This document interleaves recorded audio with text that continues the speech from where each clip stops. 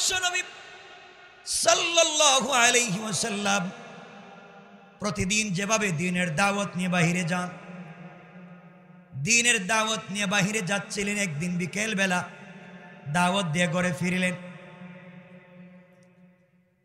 ঘরে ফিরে তিনি দেখতে পান আমাদের কলিজার টুকরা মা হযরতে খাদিজাতুল কুবরা, যেই মা বিশ্বনবীকে 21 বৎসর অথবা 25 বৎসর বয়সে বিয়ে করেছেন। আমার বন্ধুগণ, কথাগুলা দিল দিয়ে শুনেন। আল্লাহর পয়গম্বর এসে দেখেন ঘরের ভিতরে হযরতে খাদিজাতুল কুবরা চোখের পানি ছেড়ে ছেড়ে কাঁদতেছে। আমার নবী জিজ্ঞাসা করলেন, খাদিজা, তুমি এভাবে কান্না করবার কারণ কি? তুমি বা কেন কান্না করো? খাদিজাতুল কুবরা বলছেন, স্বামী, গতকালকে রজনীতে আমি স্বপ্নে দেখেছি দুনিয়ার জমিনে আমি না ইন্তেকাল করেছি, আর আজকে সারাদিন থেকে দেখি আমার দর্দে সিনা, বুকের ব্যথা বেড়ে গিয়েছে, মনে হয় বাঁচব না। আল্লাহর পয়গম্বর বলেন, কি বলতে চাও খাদিজা? এই দুনিয়ার জমিনে আমার কেউ নাই, চাচা কয়েকদিন আগে ইন্তেকাল করেছেন। দুনিয়ার জমিনে দ্বীনের দাওয়াত নিয়ে বাহিরে যাই, মানুষ আমাকে যত কষ্ট দেয় না কেন, ঘরে এসে তোমার চেহারার দিকে যখন তাকাই, তুমি আমাকে জড়াই আমার কপালে চুম্বন দিয়ে দাও, আমি গোটা দিনের সবগুলা কষ্ট ভুলে যাই। খাদিজা, তুমি কি বলতে চাও? কি হয়েছে? খাদিজাতুল কুবরা রাদিয়াল্লাহু তাআলা আনহা ডাক দিয়া বলেন, স্বামীরে, দীর্ঘদিন পর্যন্ত আপনার ঘর সংসার আমি করেছি, জানি না, মনে হয় আজকের পরে আর বাঁচব না। আমি কান্না করি এই জন্যে, আমি যদি মরে যাই কে আপনাকে দেখবে? কে আপনাকে বুকের সঙ্গে জড়াইয়া ধরবে? স্বামী, আমার কোনোদিন আপনাকে দুনিয়ার জমিনে কষ্ট দিতে চাইনি, আজ পর্যন্ত আমি কোনোদিন আপনার আগে খাবার গ্রহণ করি নাই। যত রাত্রে আপনি ঘরে ফিরেন না কেন, দ্বীনের দাওয়াত দিয়া দরজায় দাঁড়াইয়া থাকি, একবার দরজায় এসে আমাকে খাদিজা বলে ডাক দিলে ঘরের দরজা খুলে দিই, আপনাকে জড়াইয়া ধরি। পয়গম্বরে আরবি ডাক দিয়ে বলছেন, খাদিজা, কি বলতে চাও? স্বামীকে ডাক দিয়ে বলছেন, স্বামী আমার, আপনি যাই বলেন, দুনিয়ার জমিনে আমি বাঁচব না, মরে যাব, আপনাকে কয়েকটা কথা বলতে চাই। বিশ্বনবী চোখের পানি ছেড়ে ছেড়ে কাছে পৌঁছে গেলেন। খাদিজাতুল কুবরা বিশ্বনবীকে জড়াইয়া বলছেন, স্বামীরে, আপনার ঘরে আসার পরে স্ত্রী হিসাবে আপনার যে হক আদায় করার কথা ছিল আমি করতে পারি নাই।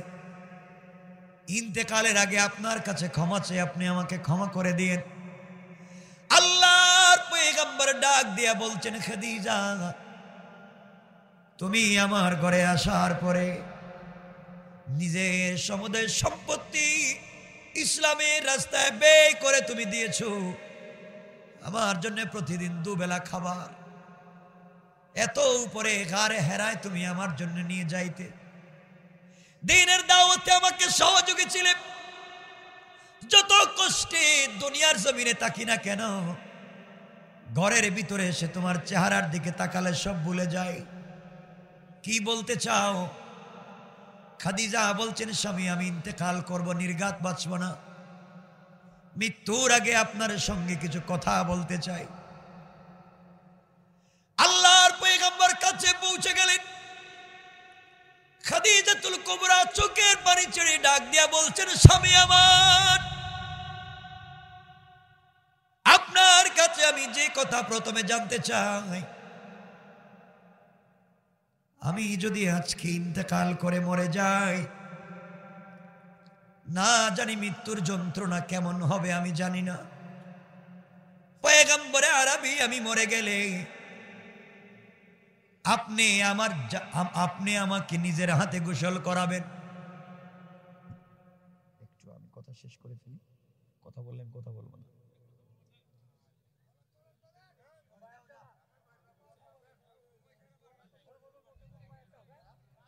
আমার বন্ধুগণ, বিশ্বনবী সাল্লাল্লাহু আলাইহি ওয়াসাল্লাম বলছেন, খাদিজা কি বলতে চাও? আমাদের কলিজার টুকরা মা চোখের পানি ছেড়ে দিয়া জড়াইয়া ধরে বলছেন, স্বামীরে, আমি যদি আজকে মরে যাই, আপনি আমাকে নিজের হাতে গোসল করাবেন। বিশ্বনবী বললেন ডাক দিয়া, কেন? খাদিজা বলছেন, স্বামী আমার, জীবনে আপনার ঘরে আসার পরে কোনোদিন আপনাকে একা একা গোসল করতে আমি দেইনি। আমি বুড়া মানুষ, এরপরেও আমি নিজের হাতে আপনাকে গোসল করিয়েছি, আপনার শরীরটা ধুয়ে মুছে পরিষ্কার করেছি, আমি নিজের হাতে আপনার শরীরে পোশাক পরিয়ে দিয়েছি। আমি আমার স্বামী, আমার জীবনের শেষ গোসল যদি আপনি আমাকে দিয়া দেন, আপনার পবিত্র হাত মোবারক দিয়া যদি আপনি আমাকে গোসল করাইয়া দেন, আপনার হাত যখন আমার বডিতে লেগে যাবে, আমার বিশ্বাস এই বডিতে কবরের কোনো ফেরেশতা আযাব দিতে পারবে না।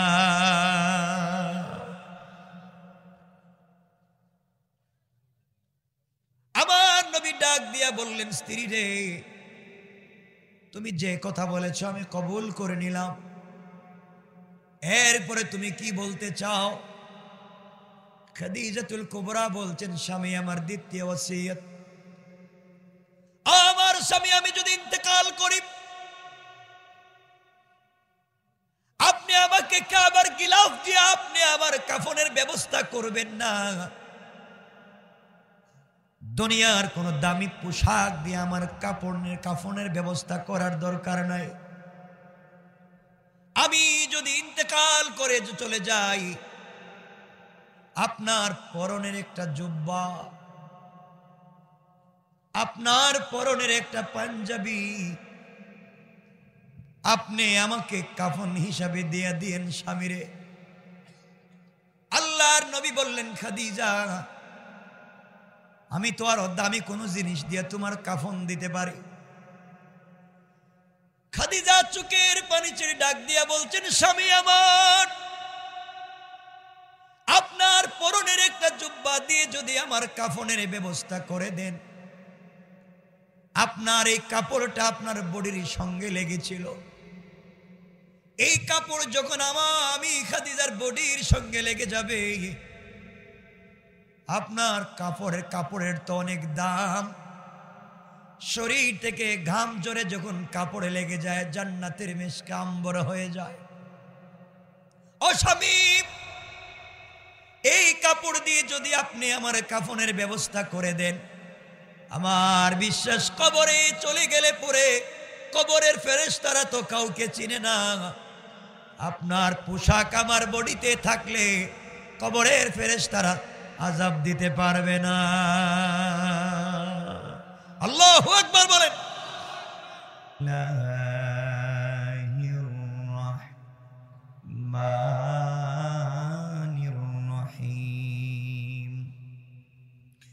ونجينا الذين آمنوا وكانوا يتقون ويوم يحشر أعداء الله إلى النار فهم يوزعون صدق الله العظيم وصدق رسوله النبي الكريم ونحن على ذلك من الشاهدين والشاكرين والحمد لله رب العالمين। আমার মুসলমান বন্ধুগণ, বুঝুনি তো,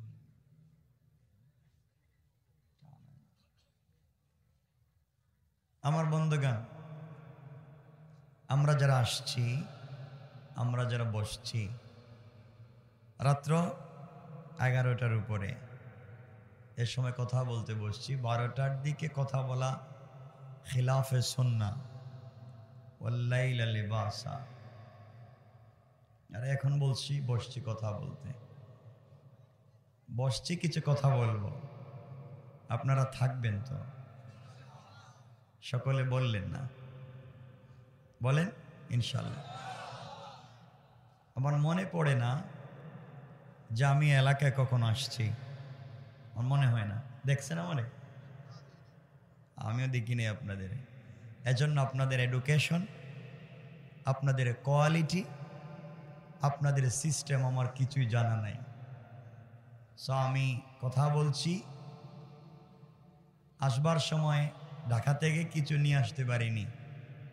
প্রোগ্রামে যখন আসবো তখন কোরআন বলছে চলার পথে আমাকে কাছে রাখতে পারেন। কোরআন বলছে আমি কথা বলতে পারি।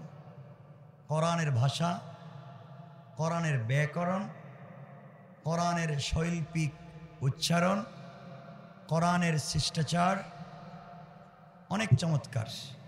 তো কোরআন বলছে এই সমাজকে পরিবর্তন করতে হলে একমাত্র আমি ছাড়া, কোরআন বলছে লিতুখরিজান নাস মিনাজ যুলুমাতি ইলান নূর, আমি ছাড়া আর কেউ পারবে না। এজন্য চিন্তা করলাম চলার পথে যার দ্বারা সব কিছু হয় সে কোরআনকে কাছে রাখতে হয়। ঠিক বললাম না? এই কোরআন থেকে কিছু কথা বলবো, আমরা শুনবো। আপনাদের ভাল লাগবে না আমি কথা বলি, আপনাদের ভাল লাগবে না। গতানুগতিক সিস্টেমের বিপরীতে আমি কিছু কথা বলবো। যদিও প্রোগ্রাম চমৎকার, সব ঠিক, বেচারার মাইক ঠিক নেই।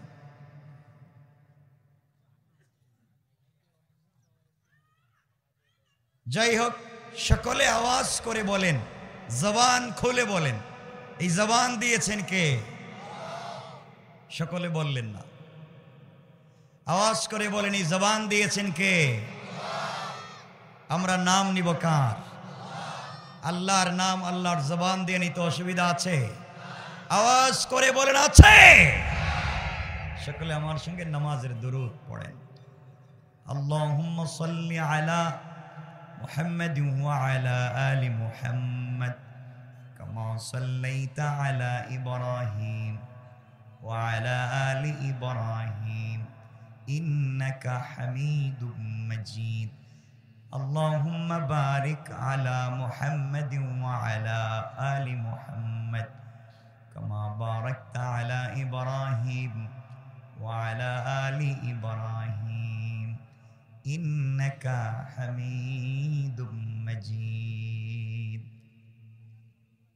আলহামদুলিল্লাহ।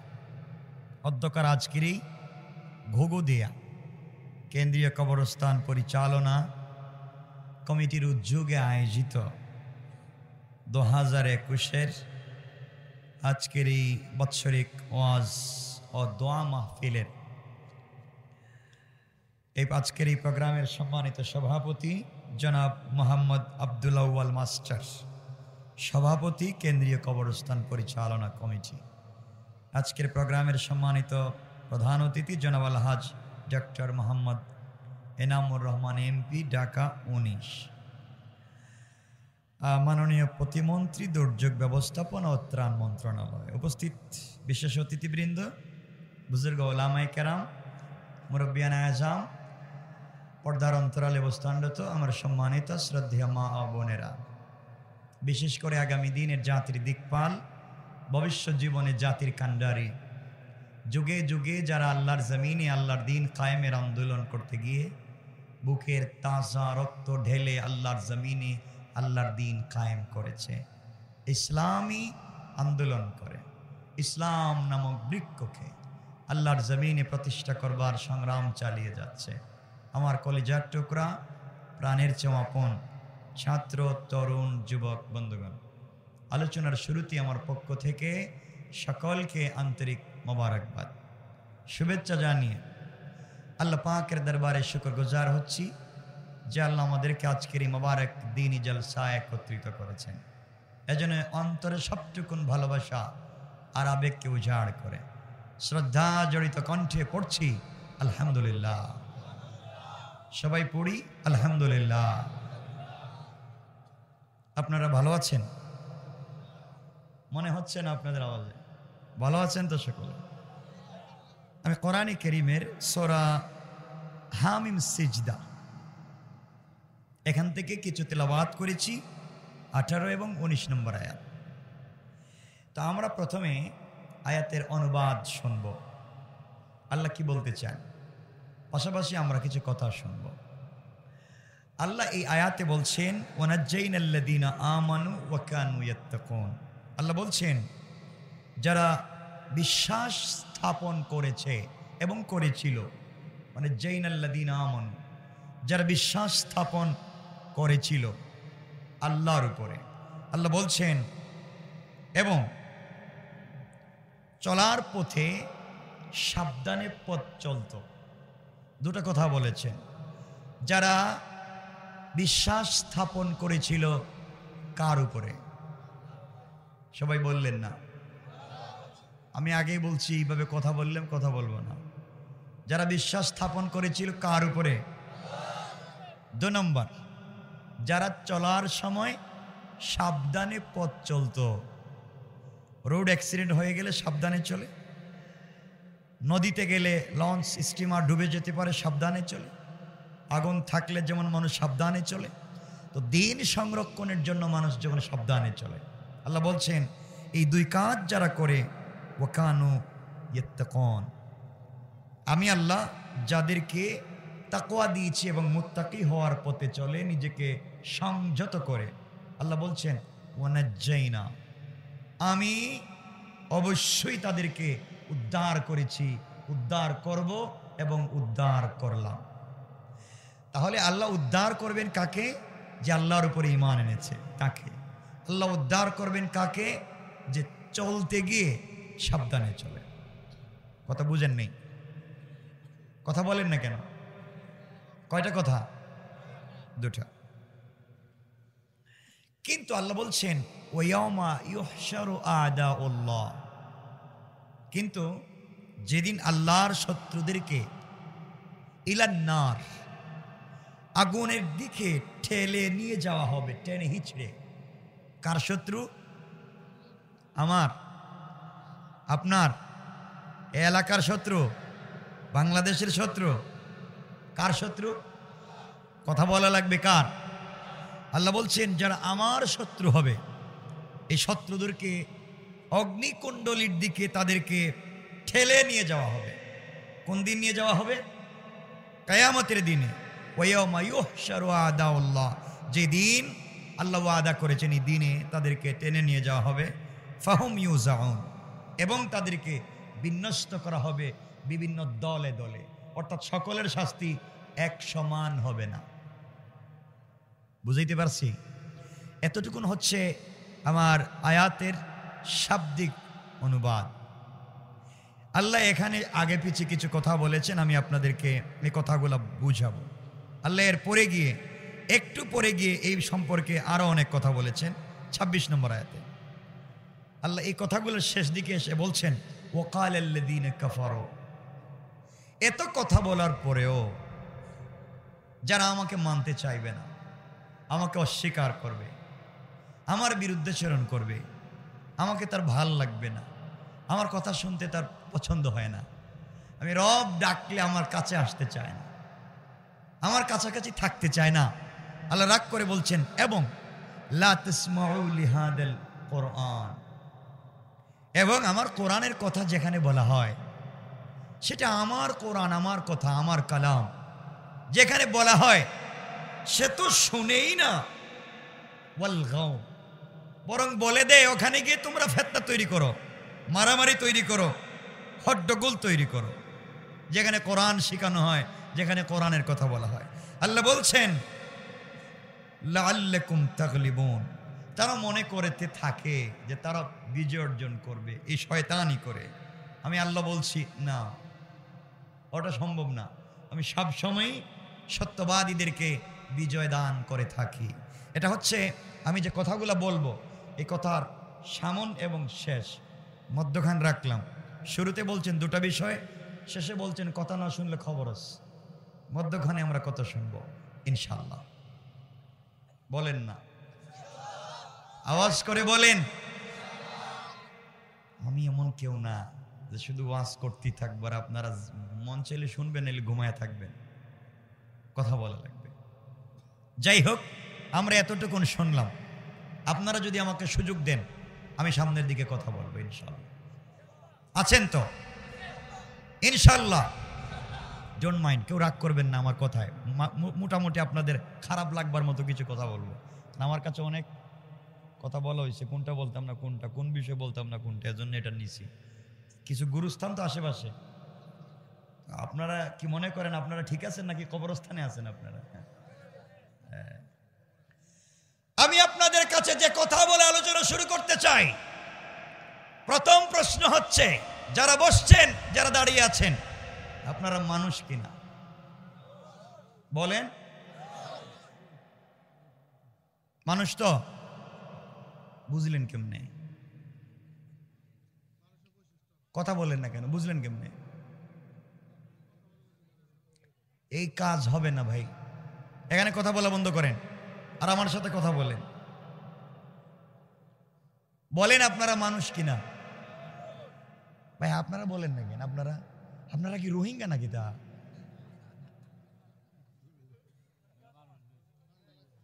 কে ঠান্ডা? এখানে তো কোনো ঠান্ডা নাই। বলেন আপনারা মানুষ? বুঝলেন কেমনে? আল্লাহ বলছেন উলাইকা কাল আনাম, অনেক মানুষ কুকুর। আল্লাহ বলছেন অনেক মানুষ কুকুর, বালহুম আদল, তার চাইতে আরো খারাপ। এখন আমরা কোন পর্যায়ের মানুষ জানা নাই।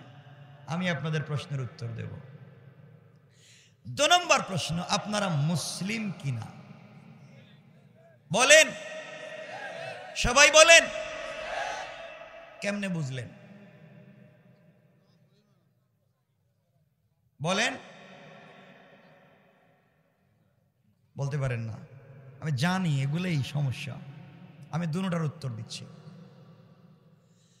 শোনো মুসলমান, আমি কি বলতে চাই, মুসলমানের ঘরে জন্ম নিয়েছেন, মসজিদে সালাত পড়েন, সকালবেলা কোরআন পড়েন, মুখে দাড়ি রেখেছেন, মাথায় টুপি দিয়েছেন, পাঞ্জাবি দিয়েছেন, তাই মনে করে যে আপনি মুসলিম জান্নাতে যাবেন, এটা চিন্তাই করতে পারবেন না। দাড়ি, টুপি, পাঞ্জাবি, এটার নাম ইসলাম নয়। এটা ইসলামের পোশাক অবশ্যই না। দাড়ি, টুপি, পাঞ্জাবি এটাই ইসলাম নয়। লেবাসুত তাকওয়া, এটা হচ্ছে তাকওয়ার পোশাক, তাকওয়া নয়। বহুত দাড়িওয়ালা, বহুত টুপিওয়ালা, বহুত পাঞ্জাবিওয়ালা এই সমাজের সবথেকে বড় বদমাইশ। কথা শুনেন, এজন্য এটা লেবাসুত তাকওয়া, এটা তাকওয়া নয়। তাকওয়া হা হুনা। কথা শুনবেন, আজকে জীবনে আসি নাই আর জীবনে আসবো না, তো আজকে শোনাই লাগবে। আর শোনেন না, দেখেন কি বলতে চাই। আমার কথায় প্রশ্ন যদি লাগে বাবা আপনাদের, কাগজে লিখে আমার কাছে পাঠিয়ে দিবেন, নাইলে ডাইরেক্ট দাঁড়িয়ে যাবেন পিন্ডালে যে আমার প্রশ্ন আছে, আমি প্রশ্নের জবাব দেব। আজকে সমাজকে নষ্ট করেছেন আপনারা। মসজিদে নামাজ পড়ে ইসলামের নাম নিয়ে এই সমাজকে নষ্ট করেছেন। রাসূল পাক যে সমাজ সৃষ্টি করেছিলেন, রাসূল পাক এই দুনিয়ার জমিনে যে সমাজ বিনির্মাণ করেছিলেন, আপনারা আমরা ইসলামের নাম নিয়ে তাকে ধ্বংস করে দিয়েছি।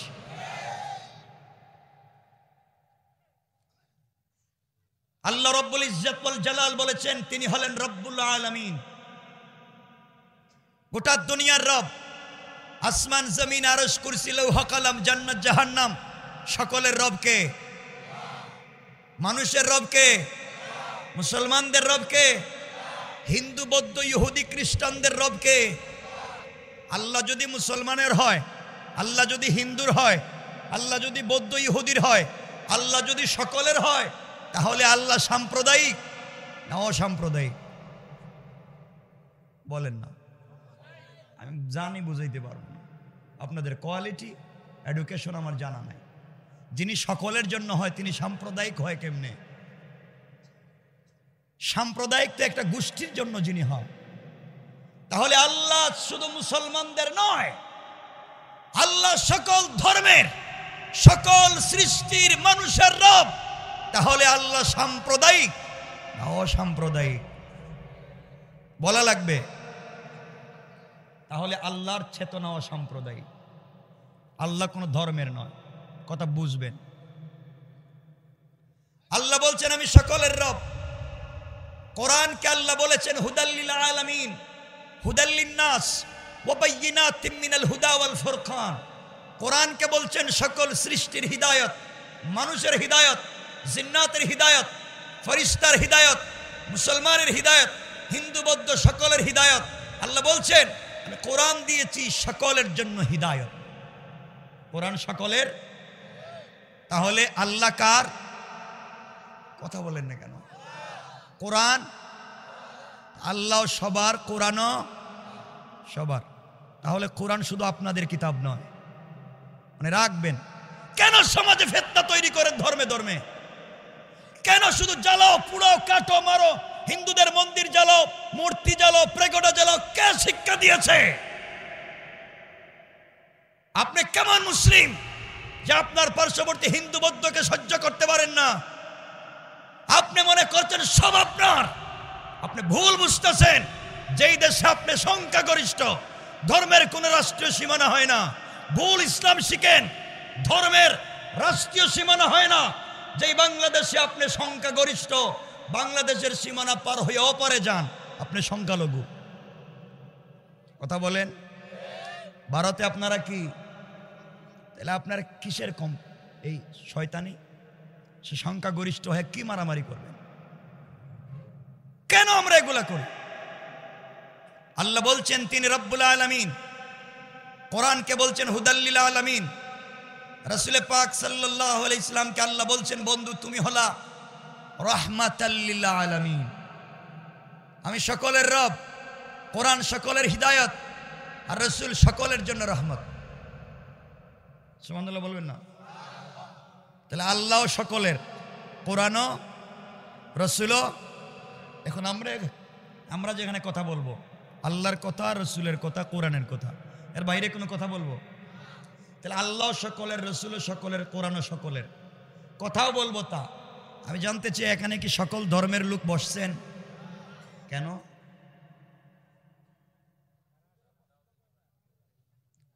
হ্যাঁ, দাওয়াত দিছিলেন এদেরকে? কিয়ামতের দিন হাসতেছেন না? কি জবাব দিবেন কিয়ামতের দিনে? রাসূল পাক বলছেন দাঁড়িয়ে বাল্লিগু আন্নি ওয়ালাউ আয়া, আমার একটা কথা হলো পৌঁছে দাও মানুষের কাছে। হিন্দুরা মানুষ, তাদের শরীর কাটলে আমার মতো রক্ত বের হবে। বৌদ্ধরা মানুষ, তাদের শরীর কাটলে আমার মতো রক্ত বের হবে। রাসূলের চিন্তা ছিল গোটা দুনিয়ার মানুষ জান্নাতি হোক, আর আপনাদের চিন্তা হলো ওইরা জাহান্নামে যাক, আমরাই শুধু জান্নাতে যাই। এই শয়তানিকে শিখাই। ইসলামটাকে এইভাবে সাম্প্রদায়িক করতে শিক্ষা দিয়েছে কে? এই মানুষগুলোর কাছে দ্বীনের দাওয়াত দিবে কে? এজন্য মনে রাখবেন কিয়ামতের দিন জবাব দিবেন। রাসূল পাক বলছেন বাল্লিগু আন্নি ওয়ালাউ আয়া, আমার একটা কথা হলো পৌঁছে দাও। তিনি বলেন নাই আমার একটা কথা হলো মুসলমানের কাছে পৌঁছাও। তিনি বলছেন আমার একটা কথা হলো মানুষের কাছে পৌঁছাও। হিন্দু বৌদ্ধ খ্রিস্টান মানুষ না, আমাদের চাইতে বহুত ভালো হিন্দু বৌদ্ধ আছে, আছে না? বহুত ভালো আছে। কেন বললাম? এখন সামনের দিকে যাই, কষ্ট নিয়েন না কেউ। আজকে আপনারা মুসলমান নাম নিয়ে কি করে যাচ্ছেন সমাজে? এই আশুলিয়ার অনেক মুসলিম বাবা আছেন, মুখের দাড়ি সাদা, মুখের দাড়ি সাদা, হাতে এক হাত লম্বা তসবিহ, মাথায় টুপি, পরনে পাঞ্জাবি, হয়তো হজ করেছেন, 5 ওয়াক্ত নামাজ পড়েন। খবর নিয়ে দেখেন দাড়িওয়ালা, টুপিওয়ালা, পাঞ্জাবিওয়ালা বহুত চাচা, বহুত আঙ্কেল এই এলাকার সবথেকে বড় সুদের কারবারি। কথা বলেন। আপনি শয়তানি করেন কেন? কিসের মুসলিম আপনি? আপনি উলাইকা কাল আনআম, যে আগে যে প্রশ্ন করেছিলাম, বহুত মানুষ কুকুর। আপনি নামাজ পড়ে সুদ খান, আপনার নামাজ পড়ে সুদের ব্যবসা করেন, আপনি দাড়ি রেখেছেন। যেই লোক নামাজ পড়ে সুদ খায়, দাড়ি রেখে সুদ খায়, চেহারার দিকে আপনারা এক মিনিট তাকায়া থাকবেন, 1 মিনিট। তাহলে আপনারা অরিজিনাল, টাটকা, ফরমালিন মুক্ত, নির্ভেজাল একটা শয়তান দেখতে পাইবেন। কথা বলেন না কেন?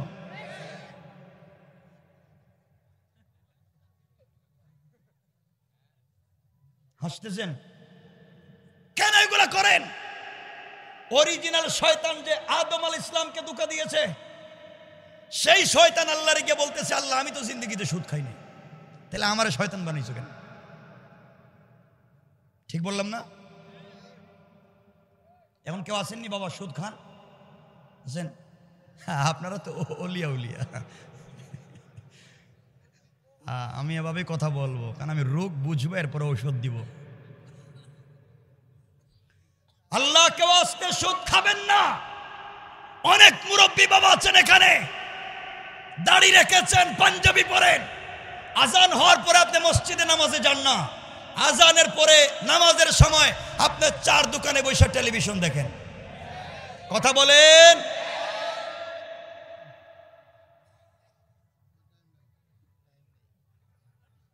কথা শোনেন, আমি যা বলবো বুঝবেন।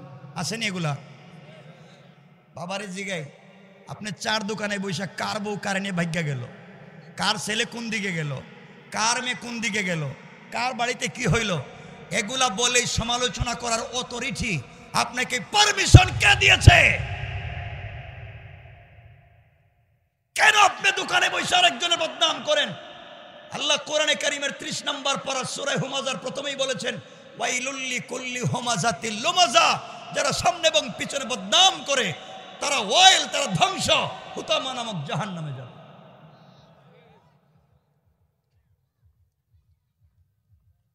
এখানে আবার কোন গান বাজাইতেছে নাকি? আচ্ছা শোনেন, আমার কথা বুঝতেছেন আপনারা? এগুলো আছেনি এলাকায়? আছে?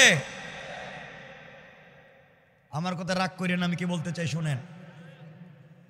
আপনারা সমাজকে কত নষ্ট করেছেন শুনেন। এলাকায় অনেক মোড়ল আছেন, মাতব্বর আছেন, বিচারী আছেন, ভিলেজ পলিটিক্স করেন, এলাকার রাজনীতি করেন, ভালো কথা করেন, কিন্তু আল্লাহকে ওয়াস্তে আসলিয়ার মুসলমানকে বলে যাচ্ছি, অনেক মাতব্বর আছে যারা 1 কাপ রং চা খাইয়া এদিকের বিচারকে এদিকে দিয়ে দেয়। কথা বলেন ঠিক কিনা?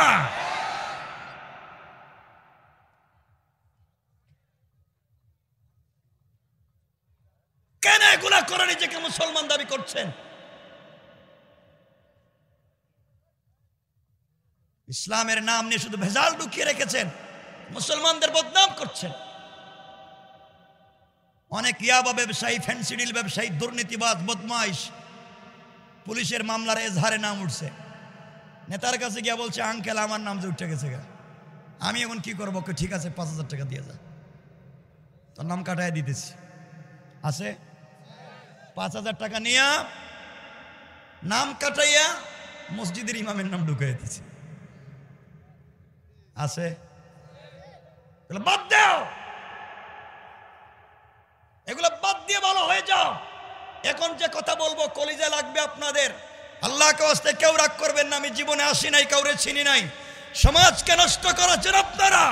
এর বড় কারণ বাংলাদেশের ম্যাক্সিমাম মসজিদের সভাপতি সুদখোর, ক্যাশিয়ার ঘুষখোর, সেক্রেটারি দুর্নীতিবাজ, চাঁদাবাজ, বদমাইশ, ফেন্সিডিল ব্যবসায়ী, ইয়াবা ব্যবসায়ী, গরিবের জায়গা দখল করে, বিধবার জায়গা দখল করে, বা পাবলিকের কালবাডের রাস্তা বন্ধ করে, গরিবের বাড়ি দখল করে নিজে বিক্রি করে খায়। ঠিক কিনা বলে?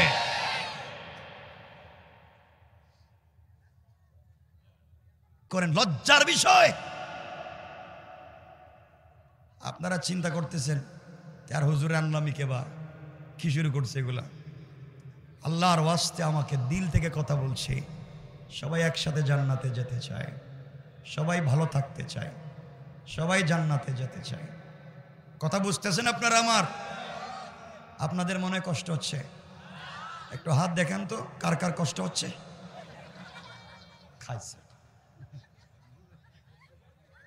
কষ্ট তো ওয়াজি করা যাবে না, আজকে শুরু করার আগে কষ্ট হইতেছে।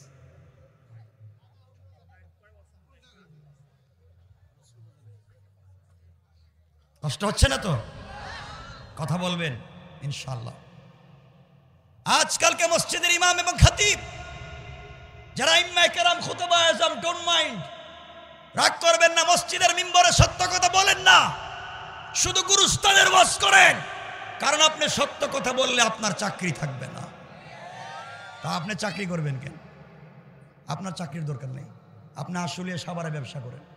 রিজালুল্লাহ তুলহিহিম তিজারাতুন ওয়ালা বাইউন আন যিকরিল্লাহ, আপনি বিজনেস করে জান্নাতে যান, আপনার দরকার নাই।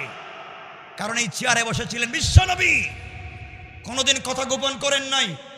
এই চেয়ারে বসেছেন আবু বকর, ওমর, উসমান, আলী, তালহা, জুবাইর, হাসান আর হুসাইন, জীবন দিয়েছেন, স্যাক্রিফাইস করেন নাই। ঠিক কিনা বলেন?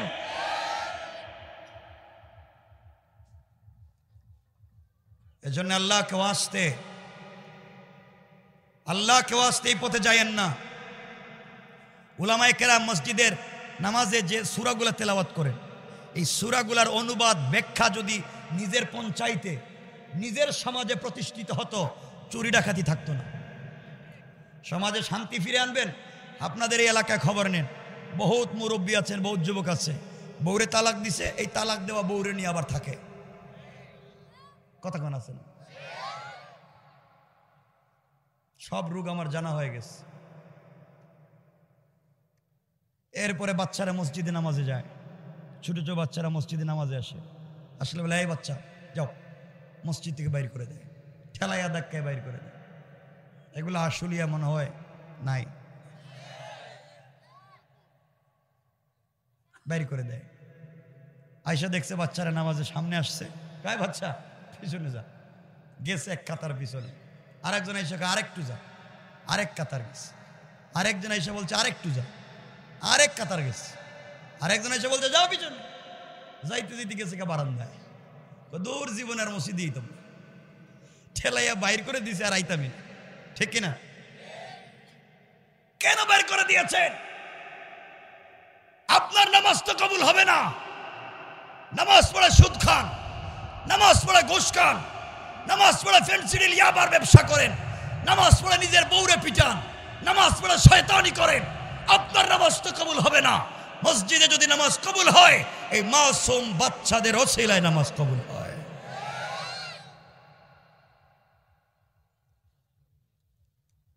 আপনারা এগুলো বাইর করে দেন, এগুলো আর করবেন না। বলেন ইনশাআল্লাহ। আর উলামায়ে কেরামদেরকে বলছি দু হাত জোড় করে, আপনারা তো আমরা শুধু ফতোয়া দিতেই শিখছি। ফতোয়া দিয়ে মহিলাদেরকে মসজিদে আসা বন্ধ করেছেন। মসজিদে যাইও না ফেতনা, মসজিদে যাইও না ফেতনা, ওয়াজে যাইও না, মহিলারা ফেতনা। ফতোয়া দিয়ে মহিলাদেরকে মসজিদে আসা বন্ধ করেছে। কিন্তু আজও ফতোয়া দিয়ে মহিলাদেরকে মার্কেটে যাওয়া, সিনেমা হলে যাওয়া, রাস্তায় ঘোরাঘুরি বন্ধ করতে পারেন নাই। ফতোয়া দেন কোথায় আর দিবেন কোথায়?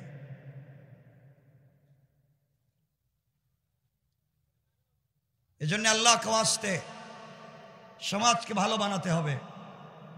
আমার কষ্ট কোন জায়গায় জানেন? আমার কষ্ট হচ্ছে কোরআন শরীফকে আপনারা বানাইছেন মক্তবে বাচ্চাদের পড়াবার বই। কোরআন শরীফ মক্তবে পড়ানো হয়, কথা বলেন না কেন? যেই সময় বাচ্চারা পূর্ব, পশ্চিম, উত্তর, দক্ষিণ চিনে না, ওই সময় কোরআন শরীফ পড়ে। আর যখন সে অ্যাডাল্ট হয়ে যায়, ম্যাচুরেড হয়ে যায়, তখন সে physics, chemist, physiology, biology, medical science, general science, social science ওগুলা শিখে এরপরে বলে দেয়ার ইজ নো গড। ঠিক কিনা বলেন?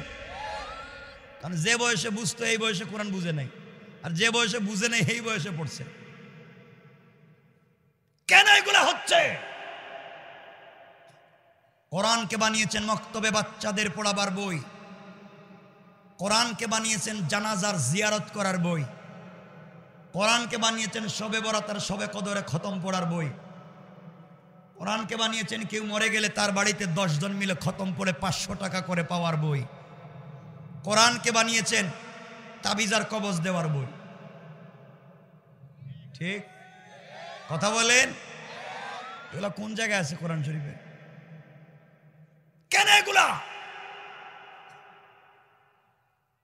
এগুলো সব বাদ। আল্লাহ বলছেন চন্দ্র ঘুরে না সূর্য ঘুরে, আসমানের উপরে কি জমিনের নিচে কি কোথায় কি আছে কেউ যদি না জানে, বিজ্ঞান যদি ফেল করে, আল্লাহ বলছেন তিবিয়ানান লিকুল্লি শাই, সকল কিছুর বর্ণনা পূর্ণাঙ্গ রূপে আমি কোরআনে দিয়েছি। পড়েন সুবহানাল্লাহ। সব তো কোরআনে আছে, কেন কোরআন পড়েন না?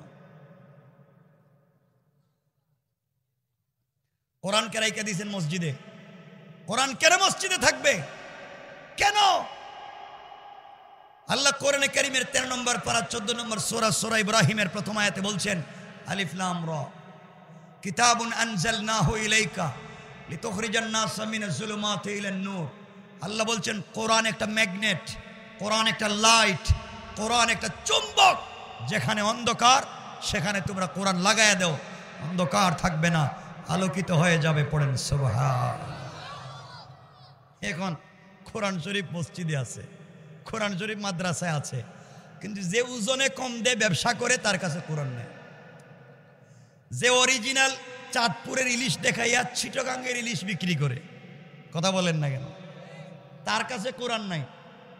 যে অরিজিনাল টোরে অরিজিনাল কাপড় দেখাইয়া 2 নম্বর কাপড় বিক্রি করে, তার কাছে কোরআন নাই। কারণ হুজুরদের চিন্তা হইল দাওরায়ে হাদিস যারা কম মাদ্রাসায় পড়ে, দাওরায়ে হাদিস দেওয়ার সময় চিন্তা করে কোন মসজিদের ইমাম পোস্ট খালি আছে একটু দেখা যায়। কামিল দেওয়ার সময় চিন্তা করে কোন জায়গায় কাজী অফিস খালি আছে কিনা, এই চিন্তা করে আমাদের দিন শেষ। কেন? আজ যদি আশুলিয়া বাজারের 200টা দোকানে 100 জন আলেম হাফেজ খতিব তারা যদি ব্যবসা করতেন, আর যাই হোক ফরমালিন থাকতো না, খাদ্যে ভেজাল থাকতো না, ওজনে কম থাকতো না। ঠিক কিনা বলেন? আপনারা শুধু মসজিদে থাকবেন।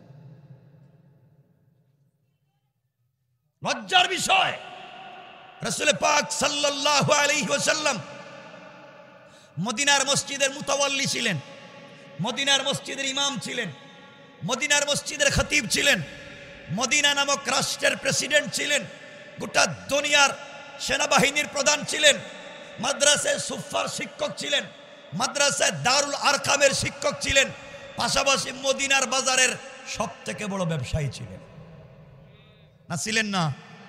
শুধু একা ব্যবসা করেন নাই, নিজের বউও ব্যবসা করছে। রাসূলের স্ত্রী আমাদের মা খাদিজাতুল কুবরা মক্কার সবথেকে বড় বিজনেস ম্যাগনেট।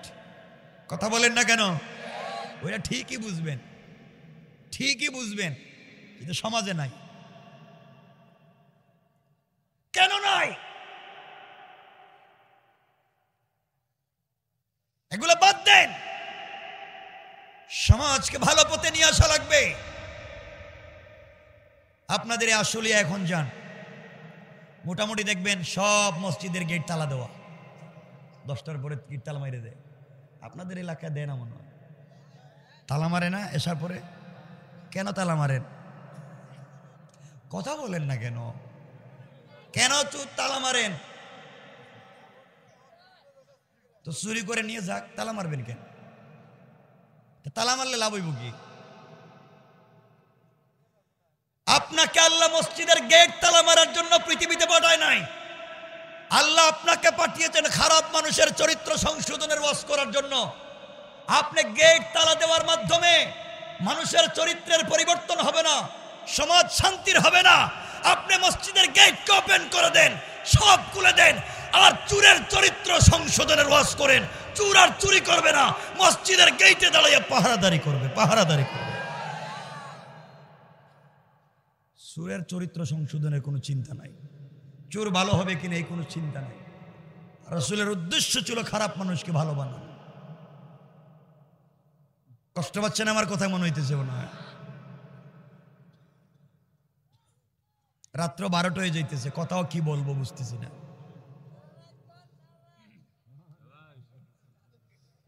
শোনেন, কষ্ট হচ্ছে না তো? এগুলা সব বাদ। আপনারা কি শুরু করেছেন এই সমাজে? আপনাদের কাজ, কে নাবির নিচে হাত বাঁধছে, কে বুকের উপরে বাঁধছে, কে কলজার উপরে বাঁধলো, কে জোরে আমিন বলছে, কে আস্তে আমিন বলছে, কে ইয়া নবী সালাম আলাইকা বলছে, কে ইয়া নবী সালাম আলাইকা বলে নাই। মায়ের শুরু কথা বললেন না কেন? এগুলা কি আমারে বলেন? এগুলা কি আমার একটু বলেন। কি কিছু বলবেন নি? ওরে আল্লাহ, কিছু কইতেছি কই নাকি? খারাপ লাগতেছে আপনাদের? এগুলো হচ্ছে খারাপ মানুষের চরিত্র, ভালো করতে হবে। আরে শোনেন, সমাজকে ফিতনায় ফেলে দিবেন না, মানুষকে ভালো বানান। এজন্য যুবকদের প্রতি, মুরব্বীদের প্রতি আমার একটা সুপারিশ, ওসিয়ত না সুপারিশ। আপনাদেরকে বলতে চাই, যুবক তুমি কেমনে ভুলে যাচ্ছ? তুমি দেখতেছো না কত মানুষ মরে যাচ্ছে? তুমি দেখো না তোমার চোখের সামনে তোমার বাবা মাটিতে শুয়ে আছে, তোমার দাদা শুয়ে আছে, এলাকার কত মানুষ শুয়ে আছে। তোমাকেও তো এই কবরে যাওয়া লাগবে। তো আল্লাহর সামনে গিয়ে কি জবাব দিবেন? কি আছে এমন যে আল্লাহর সামনে নিয়ে আপনি দাঁড়াতে পারবেন? কি আছে? এজন্য কবরে যাওয়ার আগে মানুষ হইয়া কবরে যাওয়া লাগবে। কি হওয়া লাগবে? বলেন কি হওয়া লাগবে? মানুষ হয়ে কবরে যাওয়া লাগবে। কবর একটা বিরাট একটা জায়গা, যেখানে কেউ কাউকে সাপোর্ট দিতে পারবে না, কেউ না। আত্মীয় স্বজন, মা বাবা, সন্তান, পীর বুজুর্গ, কোন নবী, কেউ পারবে না। কবরে নিজেকে নিজের মতো করেই চলতে হবে। এই জন্য দুনিয়ার জমিনে সময় কাটাও, আর দুনিয়ার জমিনে ভালো মানুষ হয়ে যাও। এই যে আপনারা এখানে বসে আছেন, আপনারা তো অনেকে অনেক পীরের মুরিদ থাকতে পারেন, থাকেন। তা আমি কি বলতে চাই শোনেন, কিছু হলেই আপনারা, যে আমি যদিও ঢাকা শহরে থাকি, বাড়ি তো সিলেট শহরে, তা আপনারা কিছু হলেই তো শাহজালালে যান, শাহপরানে যান। শোনেন, আপনারা যারা জিন্দা, এখানে মদখোর, জুয়াখোর, ফেন্সিডিল, ইয়াবা ব্যবসায়ী, জিনাকার, এমন লোক থাকতে পারে। অনেক জিনাকার, বদমাইশ, বহুত মরা। আব্দুল কাদের জিলানী, শাহজালাল মুজাররিদি ইয়ামুনি শাহপরানের চাইতো বহুত দামি। যারা জীবিত হায়াতে জিন্দেগি আছে, মরা বহুত অলির চাইতে দামি। শাহজালাল আজকে চাইলে এক পারা কোরআন তিলাওয়াত করতে পারবেন না। শাহজালাল চাইলে একটা সেজদা দিতে পারবেন না। শাহজালাল চাইলে আজকের রাত্রে তাহাজ্জুদের নামাজ পড়তে পারবেন না। পারবেন? পারবেন। কিন্তু আমরা চাইলে আজকে সারা রাত তাহাজ্জুদে কাটাইয়া দিতে পারি। আমরা চাইলে সারা রাত কোরআন তিলাওয়াত করে কাটাইয়া দিতে পারি। তাহলে যারা হায়াতে জিন্দেগি আছে তাদের অনেক দাম। কথা বলেন না কেন? আল্লাহ আমাদেরকে হেফাজত করুন, আল্লাহ আমাদেরকে ভালো বানা। কবরে যাওয়ার আগে কবরের সামান তৈরি করেন। কবরে যাওয়ার আগে, কবর এমন একটা জায়গা, ওখানে যদি কেউ আটকা পড়ে যায়, বাঁচবার কোনো পথ নাই, কোনো পথ নাই। এজন্য মুরব্বী বাবা সবাইকে বলছি, শুনো, সম্পর্ক করেন আল্লাহর সাথে। কার সাথে? কার সাথে? আল্লাহকে তো চিনেন না, আল্লাহকে চিনেন না। যুবক যারা আছে, অনেক আছে এখানে যারা প্রেম করে নাই। আর তোমরা তো অলিয়া উলিয়া মানুষ, বুজুর্গ। শোনো কি বলতে চাই, আমিও একজন প্রেমিক পুরুষ, তোমরাও প্রেম করো।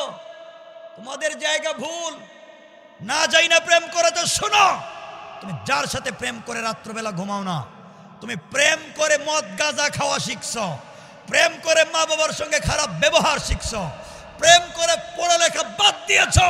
তোমার গার্লফ্রেন্ড হয়তো স্মার্ট, বিউটিফুল, তার চেহারা এক্সট্রা অর্ডিনারি করা, তার চামড়া অনেক সুন্দর। আরে বুকা, তুমি জানো না এই গুরুস্থানে কত সুন্দর মহিলা শুয়ে আছে, যাদের চামড়া থেকে 32 ঘন্টার ভিতরে বের হয়েছে পোকা। কথা বলেন, পোকা পোকা, সব শেষ। ও যুবক, শোনো কি বলতে চাই। তুমি যার সাথে প্রেম করে সময় নষ্ট করছো, সারা রাত কথা বলেছো, তার জন্য জিন্দেগি নষ্ট করেছো, এই মেয়ে যদি ঘুম থেকে উঠে তোমার চাইতে সুন্দর, তোমার চাইতে স্মার্ট, টাকাওয়ালা আরেকটা যুবককে পায়, তোমাকে ভুলে যেতে 1 মিনিটও লাগবে না।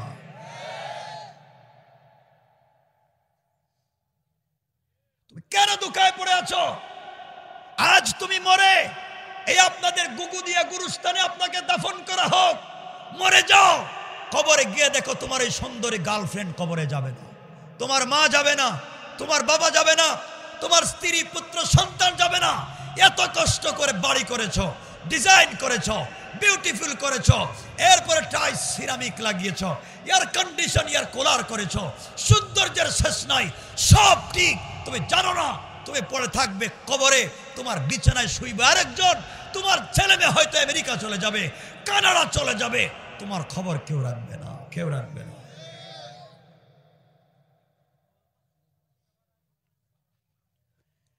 যুবক শোনো, এমন একদিন আসবে, খবর নিয়ে দেখো, এই আশুলিয়ার বহুত চৌধুরী বাড়ির চৌধুরী বাড়ি আছে, চৌধুরী নাই, খান বাড়ি আছে, খান সাহেব নাই, চেয়ারম্যানের বাড়ি আছে, চেয়ারম্যান নাই, বহুত নামি দামি বাড়ি আছে, বাড়ির মালিক নাই। একদিন ওয়াজ থাকবে, এই স্টেজে বসে আরেকজন কথা বলবেন, শ্রোতা অন্যরা আসবে, আমিও থাকবো না, আপনিও থাকবেন না, আপনারাও থাকবেন না, ওয়াজ চলবে, রাষ্ট্র চলবে, চেয়ার বসবে, আরেকজন আইসা অফিস চালাবে, থাকবো না তুমি আর আমি। কবরে যাওয়ার আগে কি করে যাচ্ছেন, কি করে যাচ্ছেন?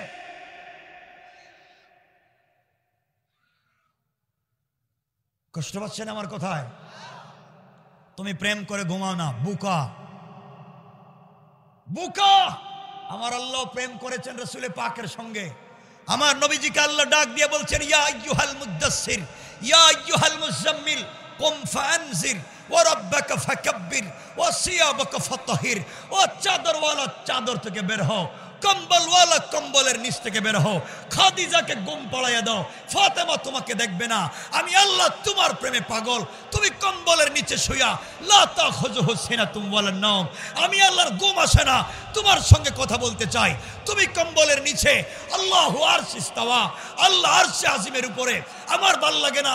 ও বন্ধু, ঘুম থেকে উঠো, একটাবার সিজদায় পড়ে সুবহান বলে ডাক দেও, আমি আল্লাহ বললাম আরশে আজিমে থাকবো না, তোমার ঘরের দরজায় দাঁড়াইয়া যাব, ঘরের দরজায়। রব তো তার নাম, রব তার নাম। তোমাদের পায়ে ধরে বলে যাই, কবরে যাওয়ার আগে রবের কদমে সেজদা দাও। যুবক বলছি, তুমি নাকি মদ খেয়ে ফেলেছ, ফেন্সিডিল ইয়াবা ভুলে খেয়ে ফেলেছ, বন্ধুদের পাল্লায় পড়ে জেনা করেছ, সিনেমা হলে গিয়েছ, বুকা, তোমার কি হয়েছে? তোমার কি হয়েছে? তুমি এখনো জিন্দা। রব বলেছেন, কোন গুনাহগার গোলাম গভীর রাত্রে ঘুম থেকে উঠে সিজদায় পড়ে যদি বলে সুবহান, সিজদায় পড়ে গিয়ে যদি সুবহান বলে, আল্লাহ ফেরেশতাদেরকে জিজ্ঞাসা করেন, ও ফেরেশতা, আমার গোলাম সিজদায় পড়ে কি বলছে? আল্লাহ ও বলছে সুবহান। তুমি নাকি পবিত্র, সে গুনাহ করে অপবিত্র। আল্লাহ বলছেন, ও ফেরেশতা, আমার গোলামকে আমারে দেখছে। আল্লাহ আপনাকে দেখে নাই, তার ভিতরে কবরের ভয় ঢুকে গেছে, গুনাহ করে কাঁপতেছে। কবরে গেলে কি হবে? এই জন্য নিজেকে অপবিত্র বলে, আপনাকে পবিত্র বলে সে স্বীকার করেছে, সে গুনাহ করেছে। আল্লাহ বললেন, সাব্বাহতানি, অবশ্যই আমি পবিত্র। গোলাম আমাকে পবিত্র বলবার কারণে সাব্বাহতুকা, গোলাম দুনিয়ায় বানালাম তোকে পবিত্র, আর আখিরাতে দিলাম বিনা হিসাবে জান্নাত। গোলাম যখন সেজদায় গিয়া পড়ে আলা, তখন আল্লাহ ফেরেশতাদেরকে জিজ্ঞাসা করেন, বল আমার গোলাম কি বলছে?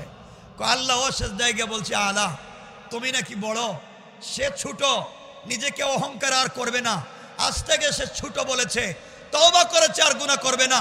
আল্লাহ বলছে, না আলাইতানি, অবশ্যই আমি বড়, আর গোলাম আজকে তওবা করে এত গুনাহ থাকবার পরেও তার গুনাহ আটলান্টিক মহাসাগর পরিমাণ, তার গুনাহ আরশ আর জমিন পরিমাণ ভরে গেছে। আর আজকে আয়েশা মরার আগে, সাকারাত শুরু হওয়ার আগে, ওয়াল্লাযীনা ইয়াকুলুনা রব্বানা ইসরিফ আন্না আযাব জাহান্নাম ইন্না আযাবাহা কানা গারামা। সাকারাত শুরু হয়ে যাওয়ার আগে, গারগারা শুরু হয়ে যাওয়ার আগে, আজরাইল দরে কবরে পৌঁছে দেওয়ার আগে আমার গোলাম গোটা জিন্দেগির গুনাহ নিয়া আমাকে স্বীকৃতি দিয়া বলছে আলা, আমি বড় সে ছোট। কথা দিলাম গোলাম আলাইতানি, অবশ্যই আমি বড়। আর আমাকে বড় বলবার কারণে আলাই তুকা, তোকে দুনিয়ায় বানালাম বড়, আর আখিরাতে অনেক নবীর আগে দিলাম জান্নাতের ওয়াদা। তার নাম তো রব। জানতে চাই সেই রবকে কেমনে ভুলে যাও। আল্লাহ আফসোস করে বলছেন, হে গোলাম, ইয়া আইয়ুহাল ইনসান মা গাররাকা বিরাব্বিকাল কারীম। এ মানুষ, তোমাদের কি হয়েছে? কে তোমাদেরকে ধোঁকা দিয়েছে আমার মতো মহান রব থেকে? অথচ আল্লাযী খালাকাকা, আমি তোমাদেরকে বানিয়েছি। এজন্য দুহাত জোড় করে বলছি, গুনাহ নাই এমন কেউ নাই। আজকের থেকে আমরা গুনাহ ছেড়ে দেব। আমারে কথা দেন ইনশাআল্লাহ। যুবক ভাইরা, আমি তোমাদের, আল্লাহ আমাকে বহুত জায়গা নিয়েছে, বহুত দেশও ঘুরাইছে। দুনিয়া ঘোরাই অভিজ্ঞতা নিয়ে বলতেছি। দুনিয়ার যদি লাক্সারিয়াস একটা লাইফ চাইতাম, হয়তো ইউরোপ আমেরিকা সেটেল হয়ে যেতাম। কষ্ট করছি। তোমাদের পায়ে ধরে একটা কথা বলে যায়, শোনো যুবক ভাই, তোমাকে বলছি শোনো, তোমাকে বলছি যুবক শোনো। কি হয়েছে তোমার? কিসের তুমি এত ব্যস্ত? কে তোমাকে ব্যস্ত করেছে? আরে গোটা দুনিয়া থাকবে অবস্থা ব্যস্ত। যুবক শোনো, একদিন ঘুম থেকে উঠবা, তুমি জানো না ঘুম থেকে উঠে কেশের দোকান খুলেছ, কেশের বাক্স খুলে টাকা গনতে গিয়েছ, তুমি নাকি ব্যস্ত। আসো মসজিদে, হাইয়া আলাল ফালাহ, আয় মসজিদে, আমি ব্যস্ত। ও যুবক, ব্যস্ত বলতে বলতে একদিন দোকানের বাক্স খুলেছ, টাকা গনতে গিয়েছ, তুমি জানো না তোমার কেশের বাক্সের নিচে আজরাইল বসা। কথা বলো। আজরাইল আল্লাহকে বলছে, আল্লাহ ও করে কি করব আপনি বলেন। আল্লাহ ও বলছে ব্যস্ত। আল্লাহ বলেন আমসিক আও আতরুক, আল্লাহ ওরে কি ছাইড়া দিব না ধর্ম? আল্লাহকে ধরিস না, দেখ এরপরে কি করে। বাড়িতে গিয়েছ, বাড়িতে গিয়ে বউ বলছে ওযু করে নামাজ পড়ো, ব্যস্ত ব্যস্ত, অফিসের কাজ সব নিয়ে ব্যস্ত। ঘুমাইতে গিয়েছ, তুমি জানো না তোমার বিছানা কত দামি, তোমার বালিশ কত দামি। ও বুকা, তোমার বালিশের নিচে আজরাইল বসা। কথা বলেন না কেন? কে ধোঁকা দিছে তোমারে? কে ধোঁকা দিয়েছে তোমাকে? কে ধোঁকা দিচ্ছে? এজন্য আল্লাহকে আসতে বলছি, ধোঁকায় পড়া যাবে না। আমি আবারও বলছি যুবক, তোমাকে বলছি, বন্ধুদের পাল্লায় পড়ে সিনেমা হলে গিয়েছ, ভুল করে ফেলেছ। বন্ধুদের পাল্লায় পড়ে সিনেমা হলে গিয়েছ, তো কি হয়েছে তোমার? কি হয়েছে আমাকে বলো? এমন কি অপরাধ হয়েছে তোমার? তুমি কেন মসজিদে আসো না? আল্লাহ বলছেন, গোলাম তুই নাকি আমেরিকা যাবি, তোর একটা স্পন্সর নাই। তুই কানাডা যাবি, সাপোর্টিং লেটার নাই। তুই বিজনেস করবি, তোর নাকি টাকা নাই। এ বোকা, কারো কাছে বলার দরকার নাই। রাত্র যখন গভীর হয়, তুই বান্দা, আমি তোর মনিব, তুই গভীর রাত্রে ঘুম থেকে ওইটা ডাক দে। ডাক দিলে বান্দা থাকবে না, আমার বন্ধু হয়ে যাবে। বন্ধু ডাক দে।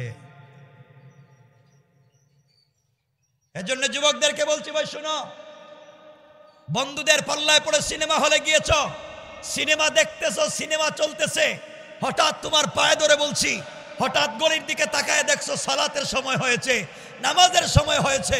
ও যুবক, তোর পায়ে ধরি, নামাজের সময় হয়েছে সিনেমা হলে, ওখানে নামাজে দাঁড়িয়ে যাও, ওখানে সালাতে দাঁড়িয়ে যাও, নামাজ পড়। সিনেমা দেখতেছিস, আমি বলতেছি না সিনেমা দেখা বাদ দেও, কারণ বললেও কাজ হবে না, কালকে দেখতে যাইবা। কিন্তু আমি আলাদা একটা ইনফরমেশন দিচ্ছি, আলাদা একটা মেসেজ দিচ্ছি। যুবক, সিনেমা হলে গিয়েছ, যাওয়ার পরে ওখানে নামাজের সময় হয়েছে, নামাজে দাঁড়িয়ে যাও, নামাজ পড়ো। বন্ধুদের পাল্লায় পড়ে মদের বারে গিয়েছ, ডান্স চলতেছে, মদ খাওয়া চলতেছে, নামাজের সময় হয়েছে, মদের বোতলটা টেবিলের উপরে রাইখা দে, আগে নামাজে দাঁড়ায় যাও। আগে সালাত পড়ো, এরপরে মদ খার যাই কর। আগে সালাত পড়ো, বন্ধুদের পাল্লায় পড়ে ফেন্সিডিলের বারে গিয়েছ, সালাতের সময় হয়েছে, ফেন্সিডিলের বোতলটা টেবিলে রাইখা দাও, আগে নামাজে দাঁড়িয়ে যাও। আগে সালাতটা পড়ো, বন্ধুদের পাল্লায় পড়ে ইয়াবা ট্যাবলেট হাতে নিয়েছ, ট্যাবলেটের পাতা হাতে মুখে দিবা, নামাজের সময় হয়েছে, বুকা পকেটে রাইখা দে ট্যাবলেট, আগে নামাজে দাঁড়িয়ে যাও। আগে সালাত, আগে সালাত, এরপরে যা মন চায় করো।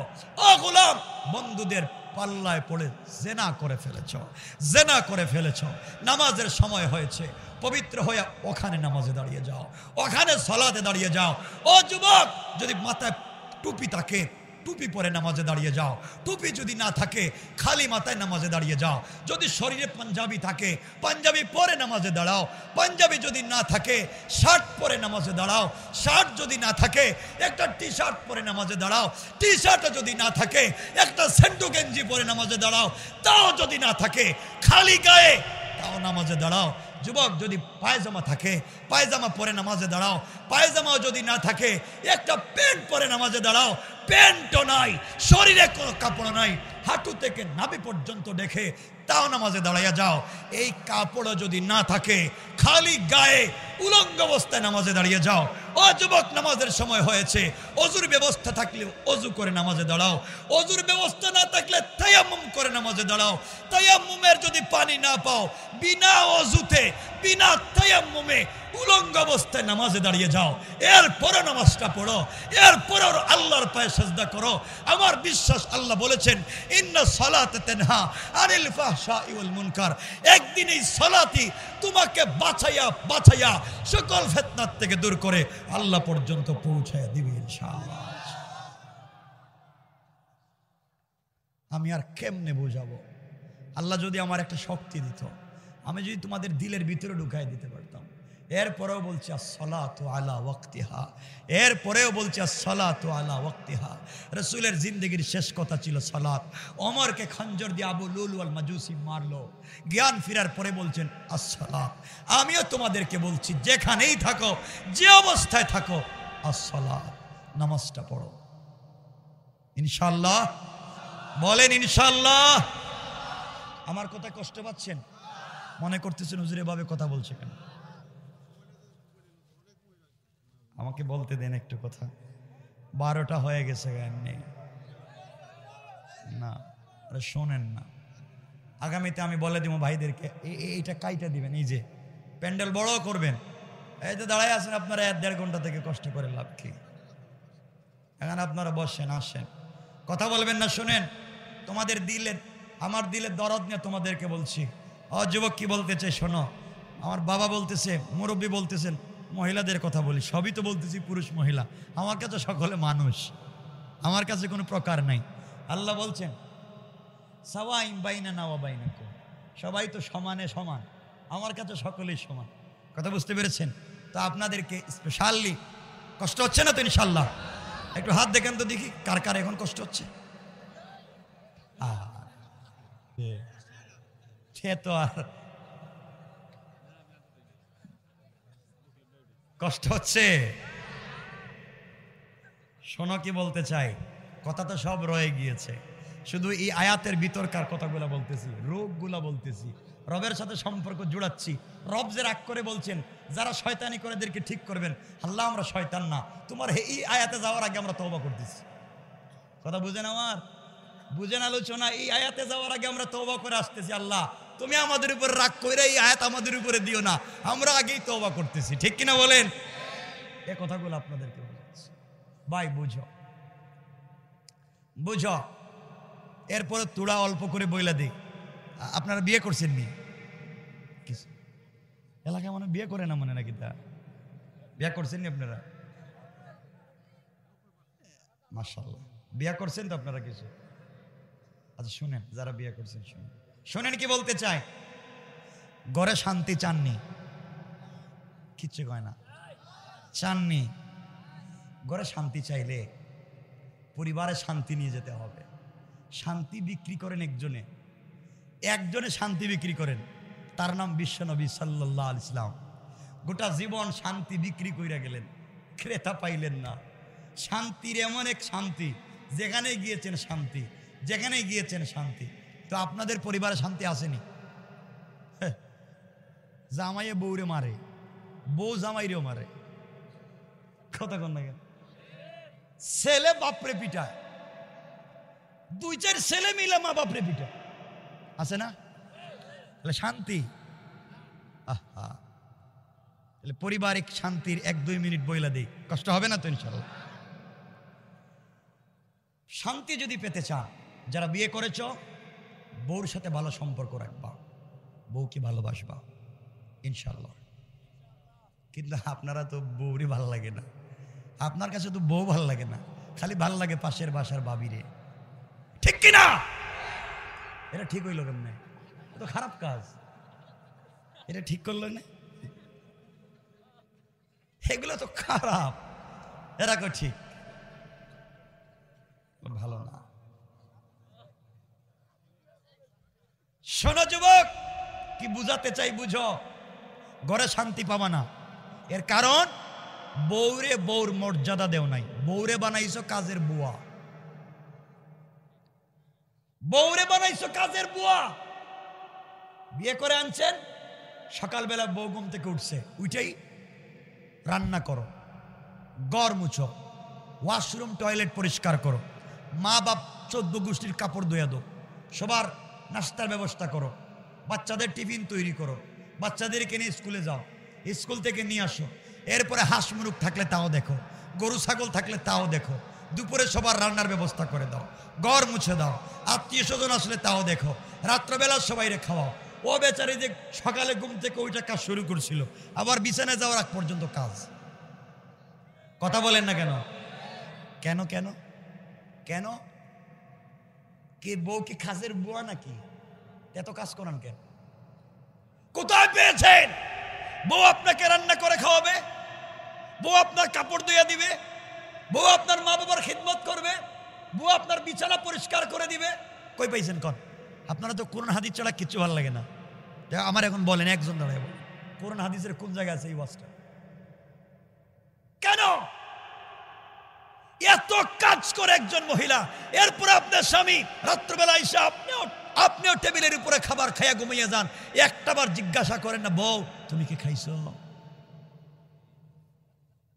হাসেরা, আমি জানি তো বউর কথা বললে আপনারা কিছু বলবেন না, আর বউর যদি বদনাম করি করবো, ঠিক আছে হুজুর আরো বেশি কর। কেন এগুলা করেন? রাসূল পাক কেমন ছিলেন? গোটা দিন দাওয়াত দিয়েছেন, তাবলীগের কাজ করেছেন, জিহাদ করেছেন, সব কাজ করে বাসায় এসে নিজের স্ত্রীদেরকে রান্নায় সহযোগিতা করতেন। আয়েশাকে বলতেন, আয়েশা তুমি গোশত রান্না করো, আমি রুটি তৈরি করি। সুবহানাল্লাহ বললেন না? কেমন ছিলেন আমার রাসূল? আয়েশাকে বলতেন, আয়েশা তুমি ঘরটা মুছো, আমি কাপড়টা ধুয়ে দিই। না সুবহানাল্লাহ বাদ দেন, এটা আগামী বছর। কেমন? সুবহানাল্লাহ নাই। রাসূল পাক আয়েশার সঙ্গে তো এমন সময় কাটিয়েছেন, আয়েশা হাড্ডি, শামাইলে তিরমিজির হাদিস, হাড্ডি গোশতের টুকরা মুখে নিয়ে চাবাইয়া প্লেটে রাইকা দিছেন, নবীজি এটা মুখে নিয়ে চাবাচ্ছেন। ঘরে দুজন মানুষ, স্বামী স্ত্রী দুজন, কিন্তু প্লেট একটা, গ্লাস একটা, বালিশ একটা, কম্বল একটা। ভালোবাসা কম না বেশি? আর বাংলাদেশের স্বামী স্ত্রী একজন পূব দিকে মুখ দেয়, একজন পশ্চিম দিকে মুখ দেয়, দুইজন দুই সাইডে একটা পিস্তল নিয়ে ঘুমায়। কথা বলেন না কেন? কেউ কাউরে বিশ্বাস করে না, আর সুযোগ খুঁজে কে কারে বালিশ চাপা দিয়ে মারবো। কেন এই সমাজ? এজন্য শুনেন, আমি কি বলতে চাই শুনেন। বসে আছেন, ইনশাল্লাহ কথা বলতেছি, আরো বলবো কয়েক মিনিট, কিন্তু বসেন আমার বন্ধুগণ, বুঝো কি বলতে চাই। পরিবারের সময় দিবেন, পরিবারকে সুন্দর করবেন ইনশাল্লাহ। বলেন ইনশাল্লাহ। এখানে কি কেউ আছেন যে বউরে নিয়ে বাসায় জামাতে নামাজ পড়েন? নাই? হ্যাঁ, কি নাই? কেন? পিছনে থাকবে, সামনে নাই। কেন পড়েন না? বউরে বানাবেন মুক্তাদি মুসল্লি, আপনি হবেন ইমাম। নফল নামাজ পড়বেন জামাতে, মাঝে মাঝে ঘরে নামাজ পড়বেন আপনি, ইমামতি করবেন আপনি, আর দোয়ার দায়িত্ব দিবেন বউরে। বউরে বলবেন, বউ তুমি হাত উঠে দোয়া করো। এখন যদি বউ আপনার উপরে রাগ করে থাকে, খুব বেশি রাগই থাকে, দোয়ায় তো বলবেন, আল্লাহ তুমি আমার স্বামীর কপালে ঠাডা ফেলাও। বলবে নাকি? তো বলবে না তো কথা। তাহলে তো আপনার পক্ষেই দোয়া করবে আপনার সামনে, এতে তো ভালোবাসা তৈরি হবে, ঠিক কিনা বলেন? ভালোবাসা যদি তৈরি করতে চান, পরিবারে যদি শান্তির পরিবার বানাতে চান, ঘরে গিয়েই আজকে বউরে সালাম দিবেন।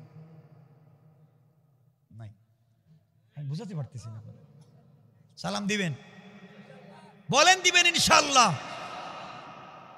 বউরে সালাম দেন না কেন? শামাইলে তিরমিজির হাদিস, আয়েশা সিদ্দিকা বলেন, ওয়াল্লাহি আল্লাহর কসম, আমার জিন্দেগি চইলা গেল, নবীজিকে আগে সালাম দিতে চাইছি, কিন্তু নবীজির আগে নবীজিকে সালাম দিতে পারি নাই। সুবহানাল্লাহ বলেন। নবীজি নিজে সালাম দিতেন, আপনারা সালাম দিবেন তো? বলেন না ইনশাআল্লাহ। মুরব্বীর আমার চেহারার দিকে তাকায় আছে, হারা কইতেছে জীবন তো গেছে গা, আর সালাম দিলাম কি? সালাম দিবেন। ঘরে গিয়া মাঝে মাঝে বউরে রান্না করে খাওয়াইয়েন। কি মাঝে মাঝে বউরে রান্না করে খাওয়াইয়েন ইনশাল্লাহ। বলেন না? আপনাদের খারাপ লাগতেছে ভাই?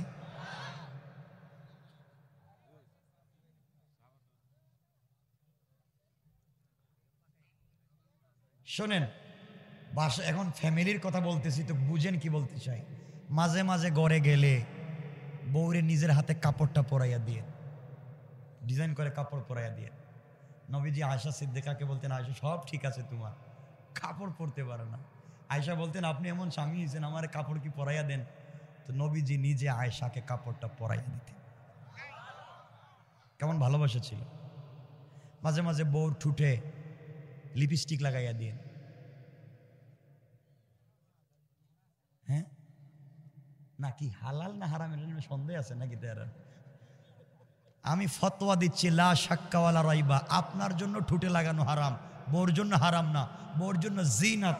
বউ হচ্ছে হুন্না লিবাসুল্লাহ হুন্না, এটা তো লিবাস, তোমার পোশাক। তুমি কেমনে ডিজাইন করবা তুমি জানো, তোমার কেমনে ভাল লাগবে তুমি জানো, তোমার কাছে ভাল লাগবে যেমনি এমন করবা। মাঝে মাঝে লিপস্টিক লাগাইয়া ইনশাল্লাহটা কখন না গে, হারাম বলছি না, হালাল। বউরে মাঝে মাঝে হাতের নৌকে, পায়ের নৌকে। একটা হাদিস বলি এখানে, আবু দাউদের। নবীজি বলছেন, মেয়েদের নখগুলাকে খালি রেখো না, মেয়েদের নখগুলাকে খালি রেখো না। এর অর্থ কি? কিছু লাগাইয়া রাখো, সুন্দর লাগবে। তাহলে মেয়েদের হাতের নৌকে, পায়ের নৌকে মেহেদি লাগাইয়া দিবেন। বলেন না ইনশাআল্লাহ? কিছু কয় না, বউর কথা বললে কিছু কয় না। ঠিক আছে তো? মাঝে মাঝে বউর চুল সিতি করা, বুঝেননি? সিতি করা, বেনি করা, চুল বেনি করে দিবেন। নবীজি তো বেনি করে দিতেন ইনশাআল্লাহ। বলেন। মাঝে মাঝে আপনার যেভাবে ভাল লাগে বউরে এভাবে সাজাইয়েন। আপনি যদি আপনার বউকে পৃথিবীর সবথেকে আকর্ষণীয় করে ডিজাইন করে, স্মার্ট করে, পার্লারিং করে, অর্নামেন্টস, জুয়েলারি দিয়া বউরে যদি আপনার চোখের সামনে রাখেন, শুধু আপনার সামনে, তাহলে রাস্তায় গিয়ে অন্যের বউর দিকে আর তাকাবেন না, ঠিক কিনা বলেন? নিজের বউরে ভালো লাগে না তো এই জন্য অন্যের দিকে তাকান। আল্লাহ হেফাজত করো, বলেন আমিন। এই সকল অন্যায় থেকে যদি নিজেকে বাঁচাতে চান, ফিতনামুক্ত সমাজ চান, কবরের জিন্দেগিতে ভালো থাকতে চান, হায়াতে জিন্দেগিতে জান্নাতে যেতে চান, আপনাদেরকে শেষ যে কথা বলে আলোচনা শেষ করতে যাব, সেটা হচ্ছে, মনে রাখবেন, ইমাম ইবনুল কাইয়িম রহমতুল্লাহ আলাইহি ওনার জিন্দেগির থেকে একটা ঘটনা নিয়ে এসছেন। হানাফি মযহাবের বড় ইমাম আল্লামা ইমাম আবু বকর জাসসাস রহমতুল্লাহ আলাইহি আহকামুল কোরআন লিল জাসসাস একটা ঘটনা নিয়ে এসেছেন। ঘটনা হচ্ছে হযরত লুকমান হাকিম, লুকমানে, যার নাম আল্লাহ কোরআনে আনছেন, যার নামে সূরা আল্লাহ কোরআনে দিয়েছেন। বেচারা ছিল কালো, বেচারা ছিলেন গোলাম, বেচারা ছিলেন হাবশি, ঠোঁট ছিল মোটা, চোখ ছিল ছোট, চেহারা ছিল বিবর্ণ, যাকে বলে আল্লাহ ডাইস ছাড়া বানাইছে। এমন একটা মানুষ যার কথা আল্লাহ কোরআনে কারিমে কোট করেছেন, কোরআনে নিয়ে এসেছেন। এই হাকিম লোকমান বলছেন, কবরে যদি তোমরা শান্তিতে থাকতে চাও, বিনা হিসাবে জান্নাতে যেতে চাও, কবরের জিন্দগিতে প্রশ্ন মুক্ত থাকতে চাও, উনি একটা আমল বলেছেন, এই আমল যেই করবে দুনিয়ায় শান্তি, কবরে শান্তি, বিনা হিসাবে জান্নাত। সুবহানাল্লাহ বলেন। কষ্ট হচ্ছে না তো? 12:30 রেখে দিই, লম্বা করা যাবে না। আমি বেশি লম্বা করবো না, রাত্রে হয়ে যাচ্ছে। আমার মুসলমান বন্ধুগণ, গভীর মনোযোগ। আল্লাহর পয়গম্বর, আখিরি জামানার নবী জনাবে মুহাম্মদুর রাসূলুল্লাহ সাল্লাল্লাহু আলাইহি ওয়াসাল্লাম এই দুনিয়ার জমিনে নাই। রাসূলে পাকের রেখে যাওয়া আমানত কোরআন এবং সুন্নাহ আছে। আমার মুসলমান বন্ধুগণ, এই দুনিয়ার জমিনে আল্লাহ যাকে পয়গম্বর বানান নাই, আল্লাহ যাকে রাসূল বানান নাই, আল্লাহ রব্বুল ইজ্জত ওয়াল জালাল যার কথাকে কোরআনে কারীমের ভিতরে নিয়ে এসেছেন, এই হাকিম লোকমান নিজের ছেলেদেরকে নিয়ে ওসিয়ত করতে লাগলেন। কি ওসিয়ত করতেছেন সেগুলো আমি বলবো না, এগুলো লম্বা আলোচনা। ওসিয়ত করতে লাগলেন, বুঝাতে লাগলেন দুনিয়ার জমিনে কি করা লাগবে। ভাইরে, এখন আমি যেই কথাটা আপনাদের কাছে বলতে চাই, এ কথা যদি আপনারা মানেন, 2 রাকাত সালাতের কথা আপনাদের কাছে বলবো। যেই 2 রাকাত সালাত আপনি পড়ে যদি ইন্তেকাল করেন, আল্লাহর রাসূল বলেছেন, গোলাম রে, তুই যদি 2 রাকাত সালাত পড়ে ইন্তেকাল করে কবরে চলে যাস, কিয়ামতের দিনে আমার নিজ হাতে হাউজে কাউসারের পানি পান করে আল্লাহর তৈরি জান্নাতে যেতে 1 মিনিটও দেরি হবে না। পড়েন সুবহানাল্লাহ।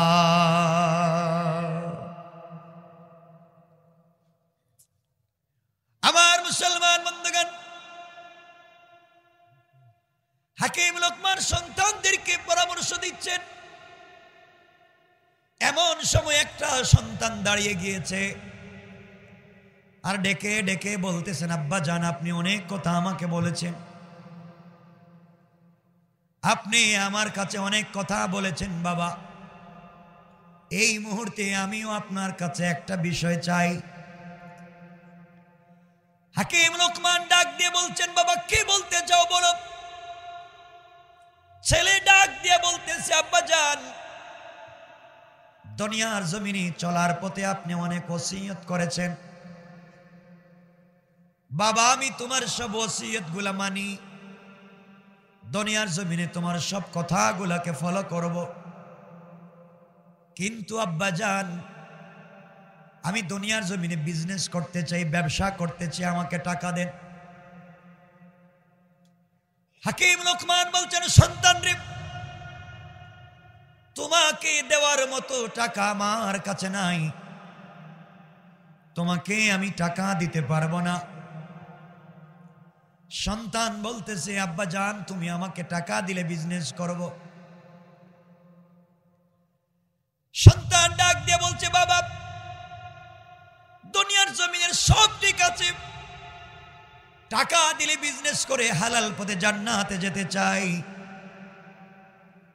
এই দুনিয়ার জমিনে কেউ দুনিয়ার জমিনে শান্তিতে থাকতে পারবেন না যদি আপনার ভিতরে আল্লাহর পরিচয় না থাকে। আমার মুসলমান বন্ধুগণ, এক পর্যায়ে হাকিম লোকমান বললেন, বাবারে, তুমি যদি টাকা নিয়ে বিজনেস করতে চাও তাহলে তুমি শোনো, আমার এক বন্ধু আছে, এখান থেকে কয়েকশো মাইল দূরে তার বাড়ি, আমি তার কাছে 4000 দিনার পাই, 4000 টাকা পাই। তুমি যদি বন্ধুর কাছ থেকে টাকা নিয়ে আসতে পারো তাহলে তুমি বিজনেস করতে পারবা। কিন্তু বাবা, যাওয়ার পথে আমার ভয় হয়, দুনিয়ার জমিনে যে কোনো বিপদে পড়ে যেতে পারো, দুনিয়ার জমিনে যে কোনো বিপদ হয়ে যেতে পারে, তুমি ইন্তেকাল করতে পারো, সন্তানকে ডাক দিয়ে লুকমান হাকিম বলছেন, বাবারে তুমি শোনো, তুমি যদি টাকা আনার জন্য আমার বন্ধুর কাছে যাও, আমার বাড়ি থেকে বের হলে সামনে গেলে একটা মরুভূমি পাইবা। এই মরুভূমিতে যাওয়ার পরে সমূহ মৃত্যুর সম্ভাবনা তোমার আছে, যে কোনো সময় তুমি মরে যেতে পারো। এই মত থেকে তুমি যদি বাঁচতে হয়, আমি যেই কথাগুলা বলবো সেই কথাগুলা তোমাকে শোনা লাগবে। আমার বন্ধুগণ, আজকে এই কথাগুলা আমাদের কাছে নাই, দুনিয়ার মানুষের কাছে আজকে ওসিয়ত নাই, মৃত্যুর ভয় নাই। এই দুনিয়ার মানুষ আল্লাহকে বই করতে পারে না। জানেন, মৌত এমন এক জিনিসের নাম যেখান থেকে বের হওয়ার শক্তি কারো নাই। সকলকে মৃত্যুবরণ করা লাগবে, সকলকে মৃত্যুর স্বাদ উপভোগ করা লাগবে। কারণ আল্লাহর রাসূল সাল্লাল্লাহু আলাইহি ওয়াসাল্লাম নিজেই তো মৃত্যুকে কষ্ট ভোগ করতে হয়েছে। তোমাকে আমাকেও সেই পথেই যাওয়া লাগবে। আপনি এই কথা মনে করলে চলবে না। আমার মনে হয় মৃত্যুর কষ্ট হবে না। দুনিয়ার যত বড় ব্যক্তি হন না কেন, আপনাকে স্বাদ উপভোগ করা লাগবে।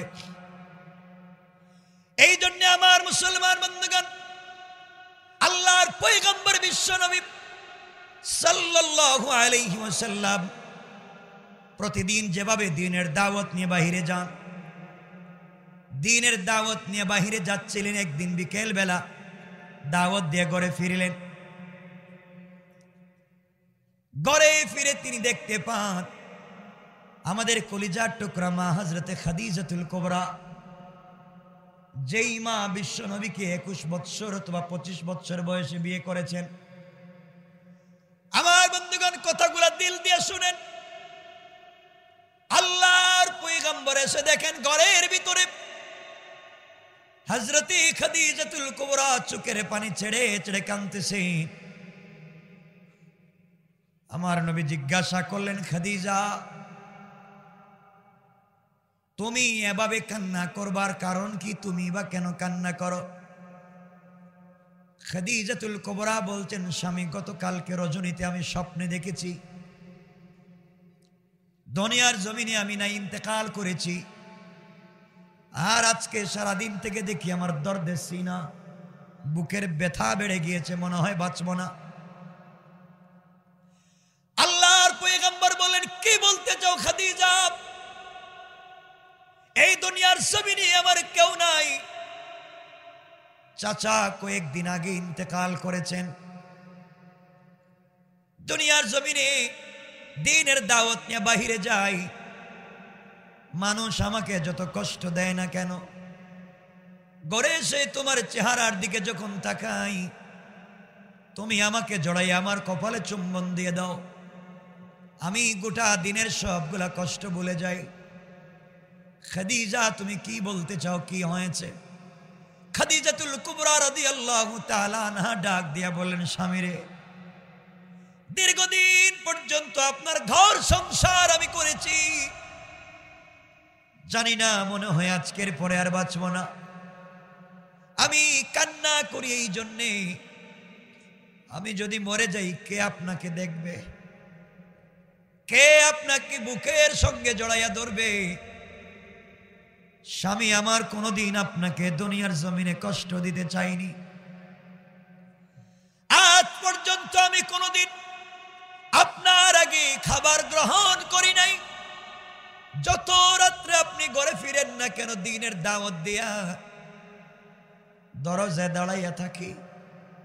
একবার দরজায় এসে আমাকে খাদিজা বলে ডাক দিলে ঘরের দরজা খুলে দিই, আপনাকে জড়াইয়া ধরি। পয়গম্বরে আরবি ডাক দিয়ে বলছেন, খাদিজা, কি বলতে চাও? স্বামীকে ডাক দিয়ে বলছেন, স্বামী আমার, আপনি যাই বলেন, দুনিয়ার জমিনে আমি বাঁচব না, মরে যাব। আপনাকে কয়েকটা কথা বলতে চাই। বিশ্ব নবী চোখের পানি ছেড়ে ছেড়ে কাছে পৌঁছে গেলেন। খাদিজাতুল কুবরা বিশ্ব নবীকে জড়াইয়া বলছেন, স্বামীরে, আপনার ঘরে আসার পরে স্ত্রী হিসাবে আপনার যে হক আদায় করার কথা ছিল আমি করতে পারি নাই। ইন্তেকালের আগে আপনার কাছে ক্ষমা চেয়ে আপনি আমাকে ক্ষমা করে দিয়েন। আল্লাহর পয়গম্বর ডাক দিয়া বলছেন, খাদিজা,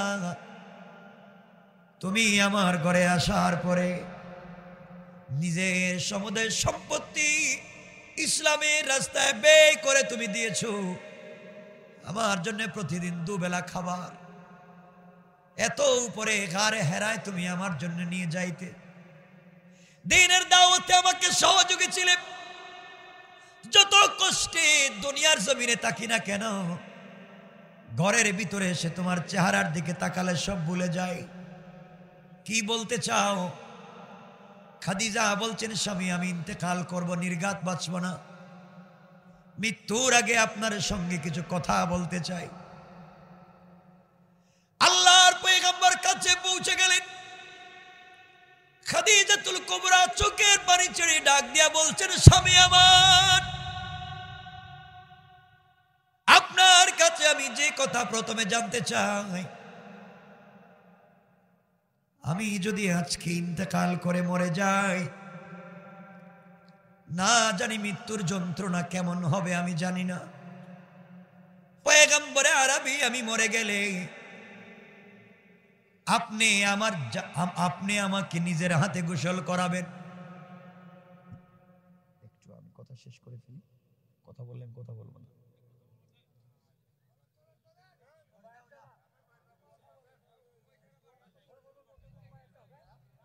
আমার বন্ধুগণ, বিশ্বনবী সাল্লাল্লাহু আলাইহি ওয়াসাল্লাম বলছেন, খাদিজা, কি বলতে চাও? আমাদের কলিজার টুকরা মা চোখের পানি ছেড়ে দিয়া জড়াইয়া ধরে বলছেন, স্বামীরে, আমি যদি আজকে মরে যাই, আপনি আমাকে নিজের হাতে গোসল করাবেন। বিশ্বনবী বললেন ডাক দিয়া, কেন? খাদিজা বলছেন, স্বামী আমার, জীবনে আপনার ঘরে আসার পরে কোনোদিন আপনাকে একা একা গোসল করতে আমি দেইনি। আমি বুড়া মানুষ, এরপরেও আমি নিজের হাতে আপনাকে গোসল করিয়েছি। আপনার শরীরটা ধুয়ে মুছে পরিষ্কার করেছি আমি। নিজের হাতে আপনার শরীরে পোশাক পরিয়ে দিয়েছি আমি। আমার স্বামী, আমার জীবনের শেষ গোসল যদি আপনি আমাকে দিয়া দেন, আপনার পবিত্র হাত মোবারক দিয়া যদি আপনি আমাকে গোসল করাইয়া দেন, আপনার হাত যখন আমার বডিতে লেগে যাবে, আমার বিশ্বাসে এই বডিতে কবরের কোন ফেরেশতা আযাব দিতে পারবে না।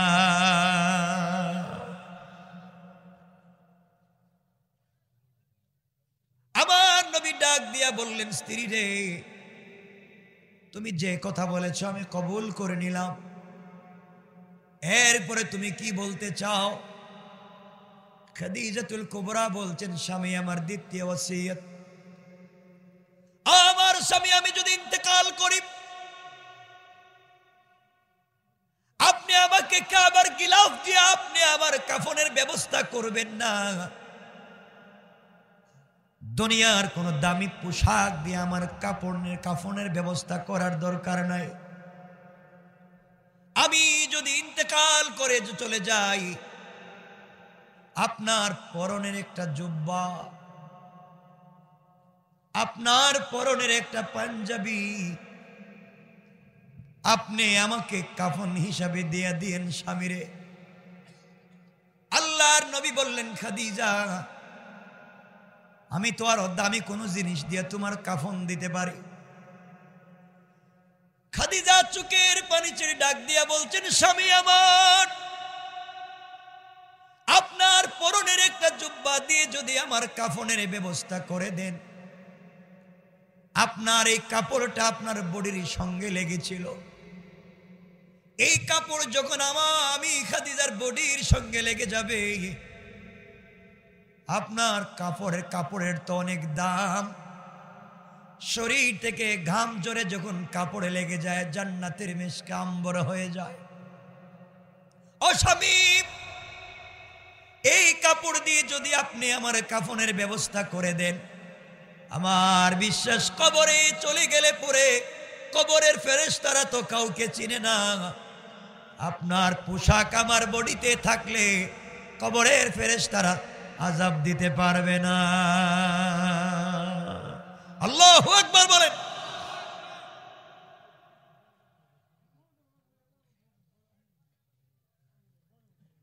আমার বন্ধুগণ,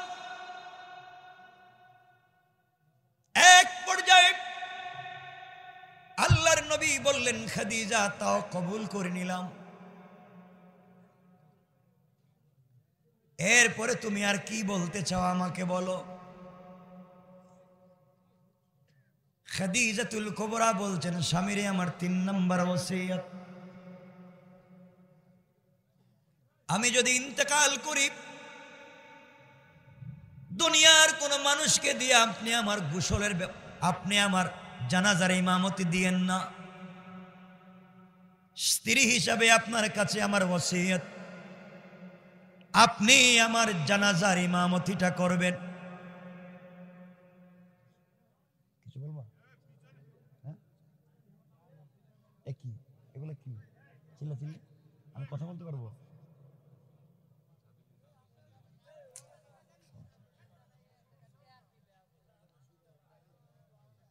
আমার বন্ধুগণ,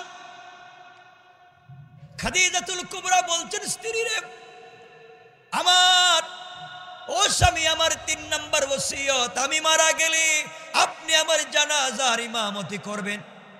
এবার নবীজি বলছেন, খাদিজা আমি ইমামতি করলে কি লাভ?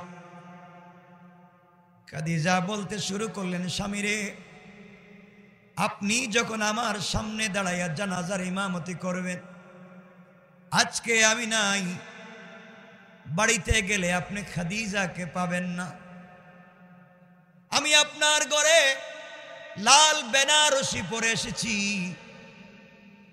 আজ আপনার ঘর থেকে সাদা কাপড় পরে বের হয়ে যায়, আমার লাশ আপনার সামনে থাকবে। ওই সময় আপনি যখন জানাজার ইমামতি করার জন্য দাঁড়িয়ে যাবেন, জীবনে অনেকগুলা স্মৃতি আপনার মনে পড়বে। খাদিজার সঙ্গে কাটানো অনেক কথাগুলো আপনার মনে পড়ে যাবে। কোনো একটা কথা যদি মনে পড়ে চোখ থেকে পানি চলে আসে। আমার ভালোবাসায় বিশ্ব নবীর চোখ থেকে যদি 1 ফোঁটা পানি বের হয়ে যায়, আমার বিশ্বাস আপনার 1 ফোঁটা পানির কারণে আল্লাহ আমাকে কবরের আযাব থেকে বাঁচাইয়া জান্নাতের মেহমান বানাইয়া দিবেন। কোন সুবহানাল্লাহ। আল্লাহর নবী বললেন, খাদিজা তাও মেনে নিয়েছি, এরপরে কি বলতে চাও? খাদিজা বললেন, স্বামীর এরপরে আমি ওসিয়ত করতে চাই, দুনিয়ার জমিনে যতদিন আপনার গড়ে ছিলাম, কোনো একটা রাত্র আপনাকে না জড়াইয়া ঘুমাই নাই, আপনাকে জড়িয়ে ঘুমিয়েছি। স্বামী আজকে আমি একা হয়ে যাব, আপনি একা, কার কাছে আপনাকে রেখে যাই?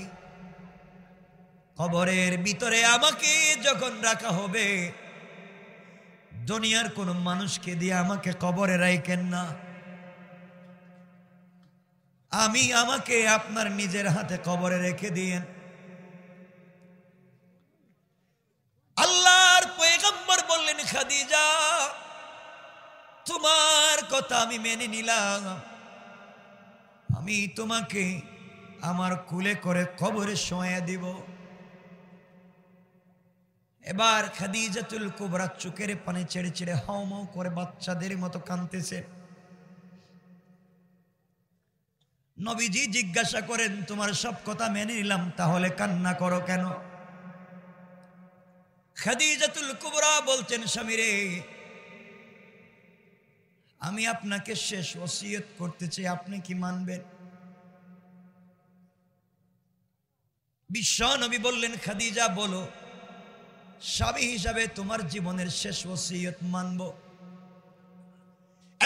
খাদিজা বলছেন, কলিজার টুকরা স্বামী, ও বিশ্ব নবী, আপনার কাছে জীবনে কোনোদিন গাড়ি বাড়ি চাই না, অর্নামেন্টস, জুয়েলারি, দুনিয়ার জমিনে কিছুই চাই নাই, বরং আমার সম্পত্তি দ্বীনের রাস্তায় ব্যয় করে দিয়েছি। আজ শেষ কথা হলো, আপনি আপনার মেয়েকে বলেছেন ফাতেমাকে, ইয়া ফাতিমা আনকিজি নাফসাকি মিনান নার, ও ফাতেমা তুমিও নিজেকে জাহান্নামের আগুন থেকে বাঁচাইও মা। আমি বাবার পরিচয় দিয়ে এলে কবরে লাভ নাই, আজরাইলের কাছে কারো পরিচয় চলবে না। স্বামীরে, আপনার কলিজার টুকরা মেয়েকে আপনি এই কথা বলেছেন, কবরে কারো পরিচয় চলবে না, কিয়ামতের দিনে কারো পরিচয় চলবে না, কিয়ামতের দিনে কেউ কাউকে সহযোগিতা করবে না।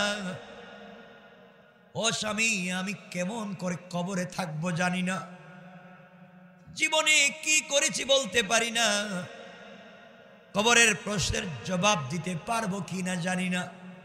আপনার কাছে আমার জিন্দেগির শেষ ওসিয়ত, আমি কবরের প্রশ্নের জবাব দিতে পারবো না, আপনি কি আমার কবরের প্রশ্নের জবাবগুলা দিতে পারবেন?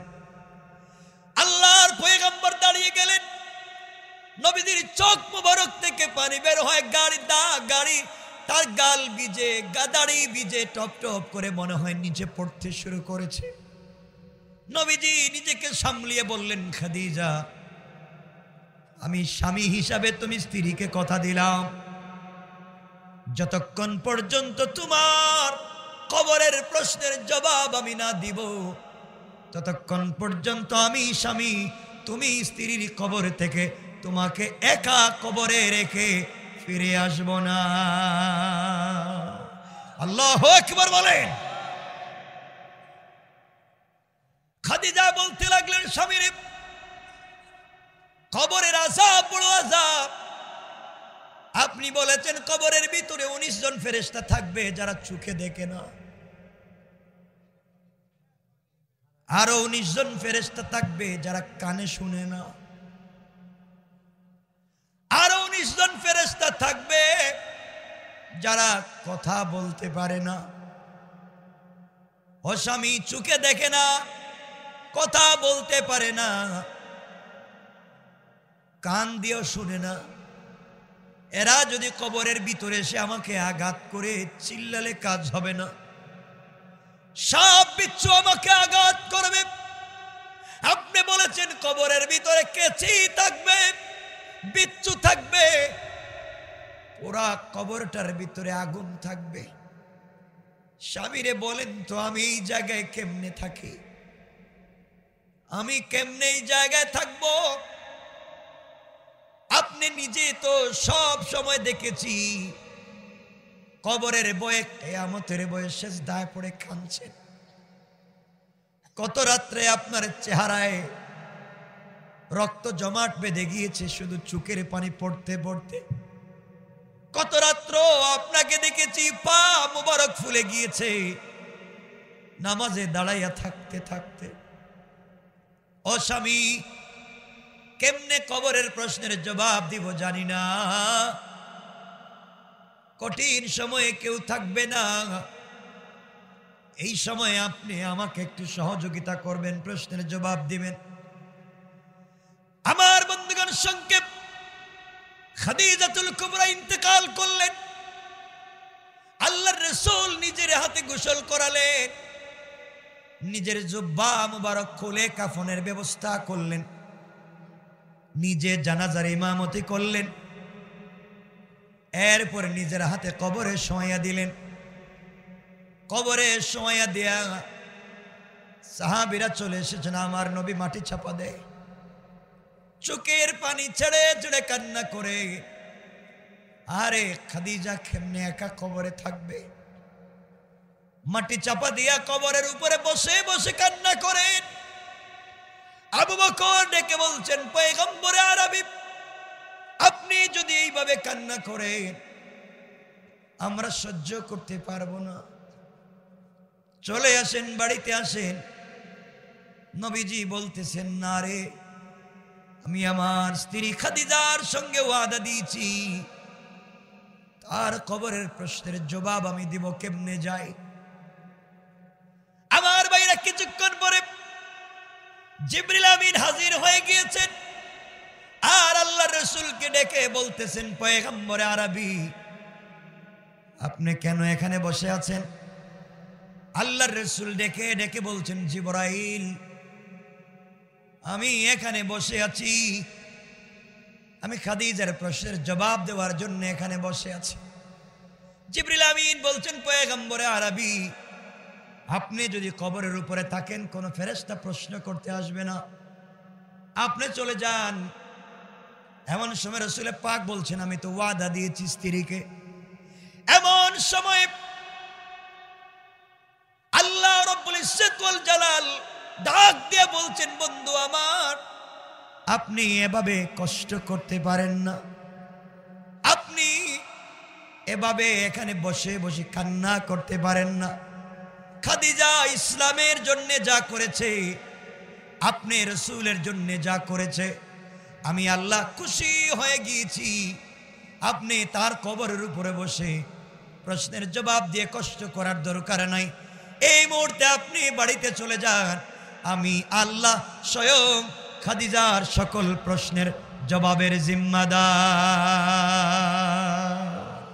আল্লাহু আকবার।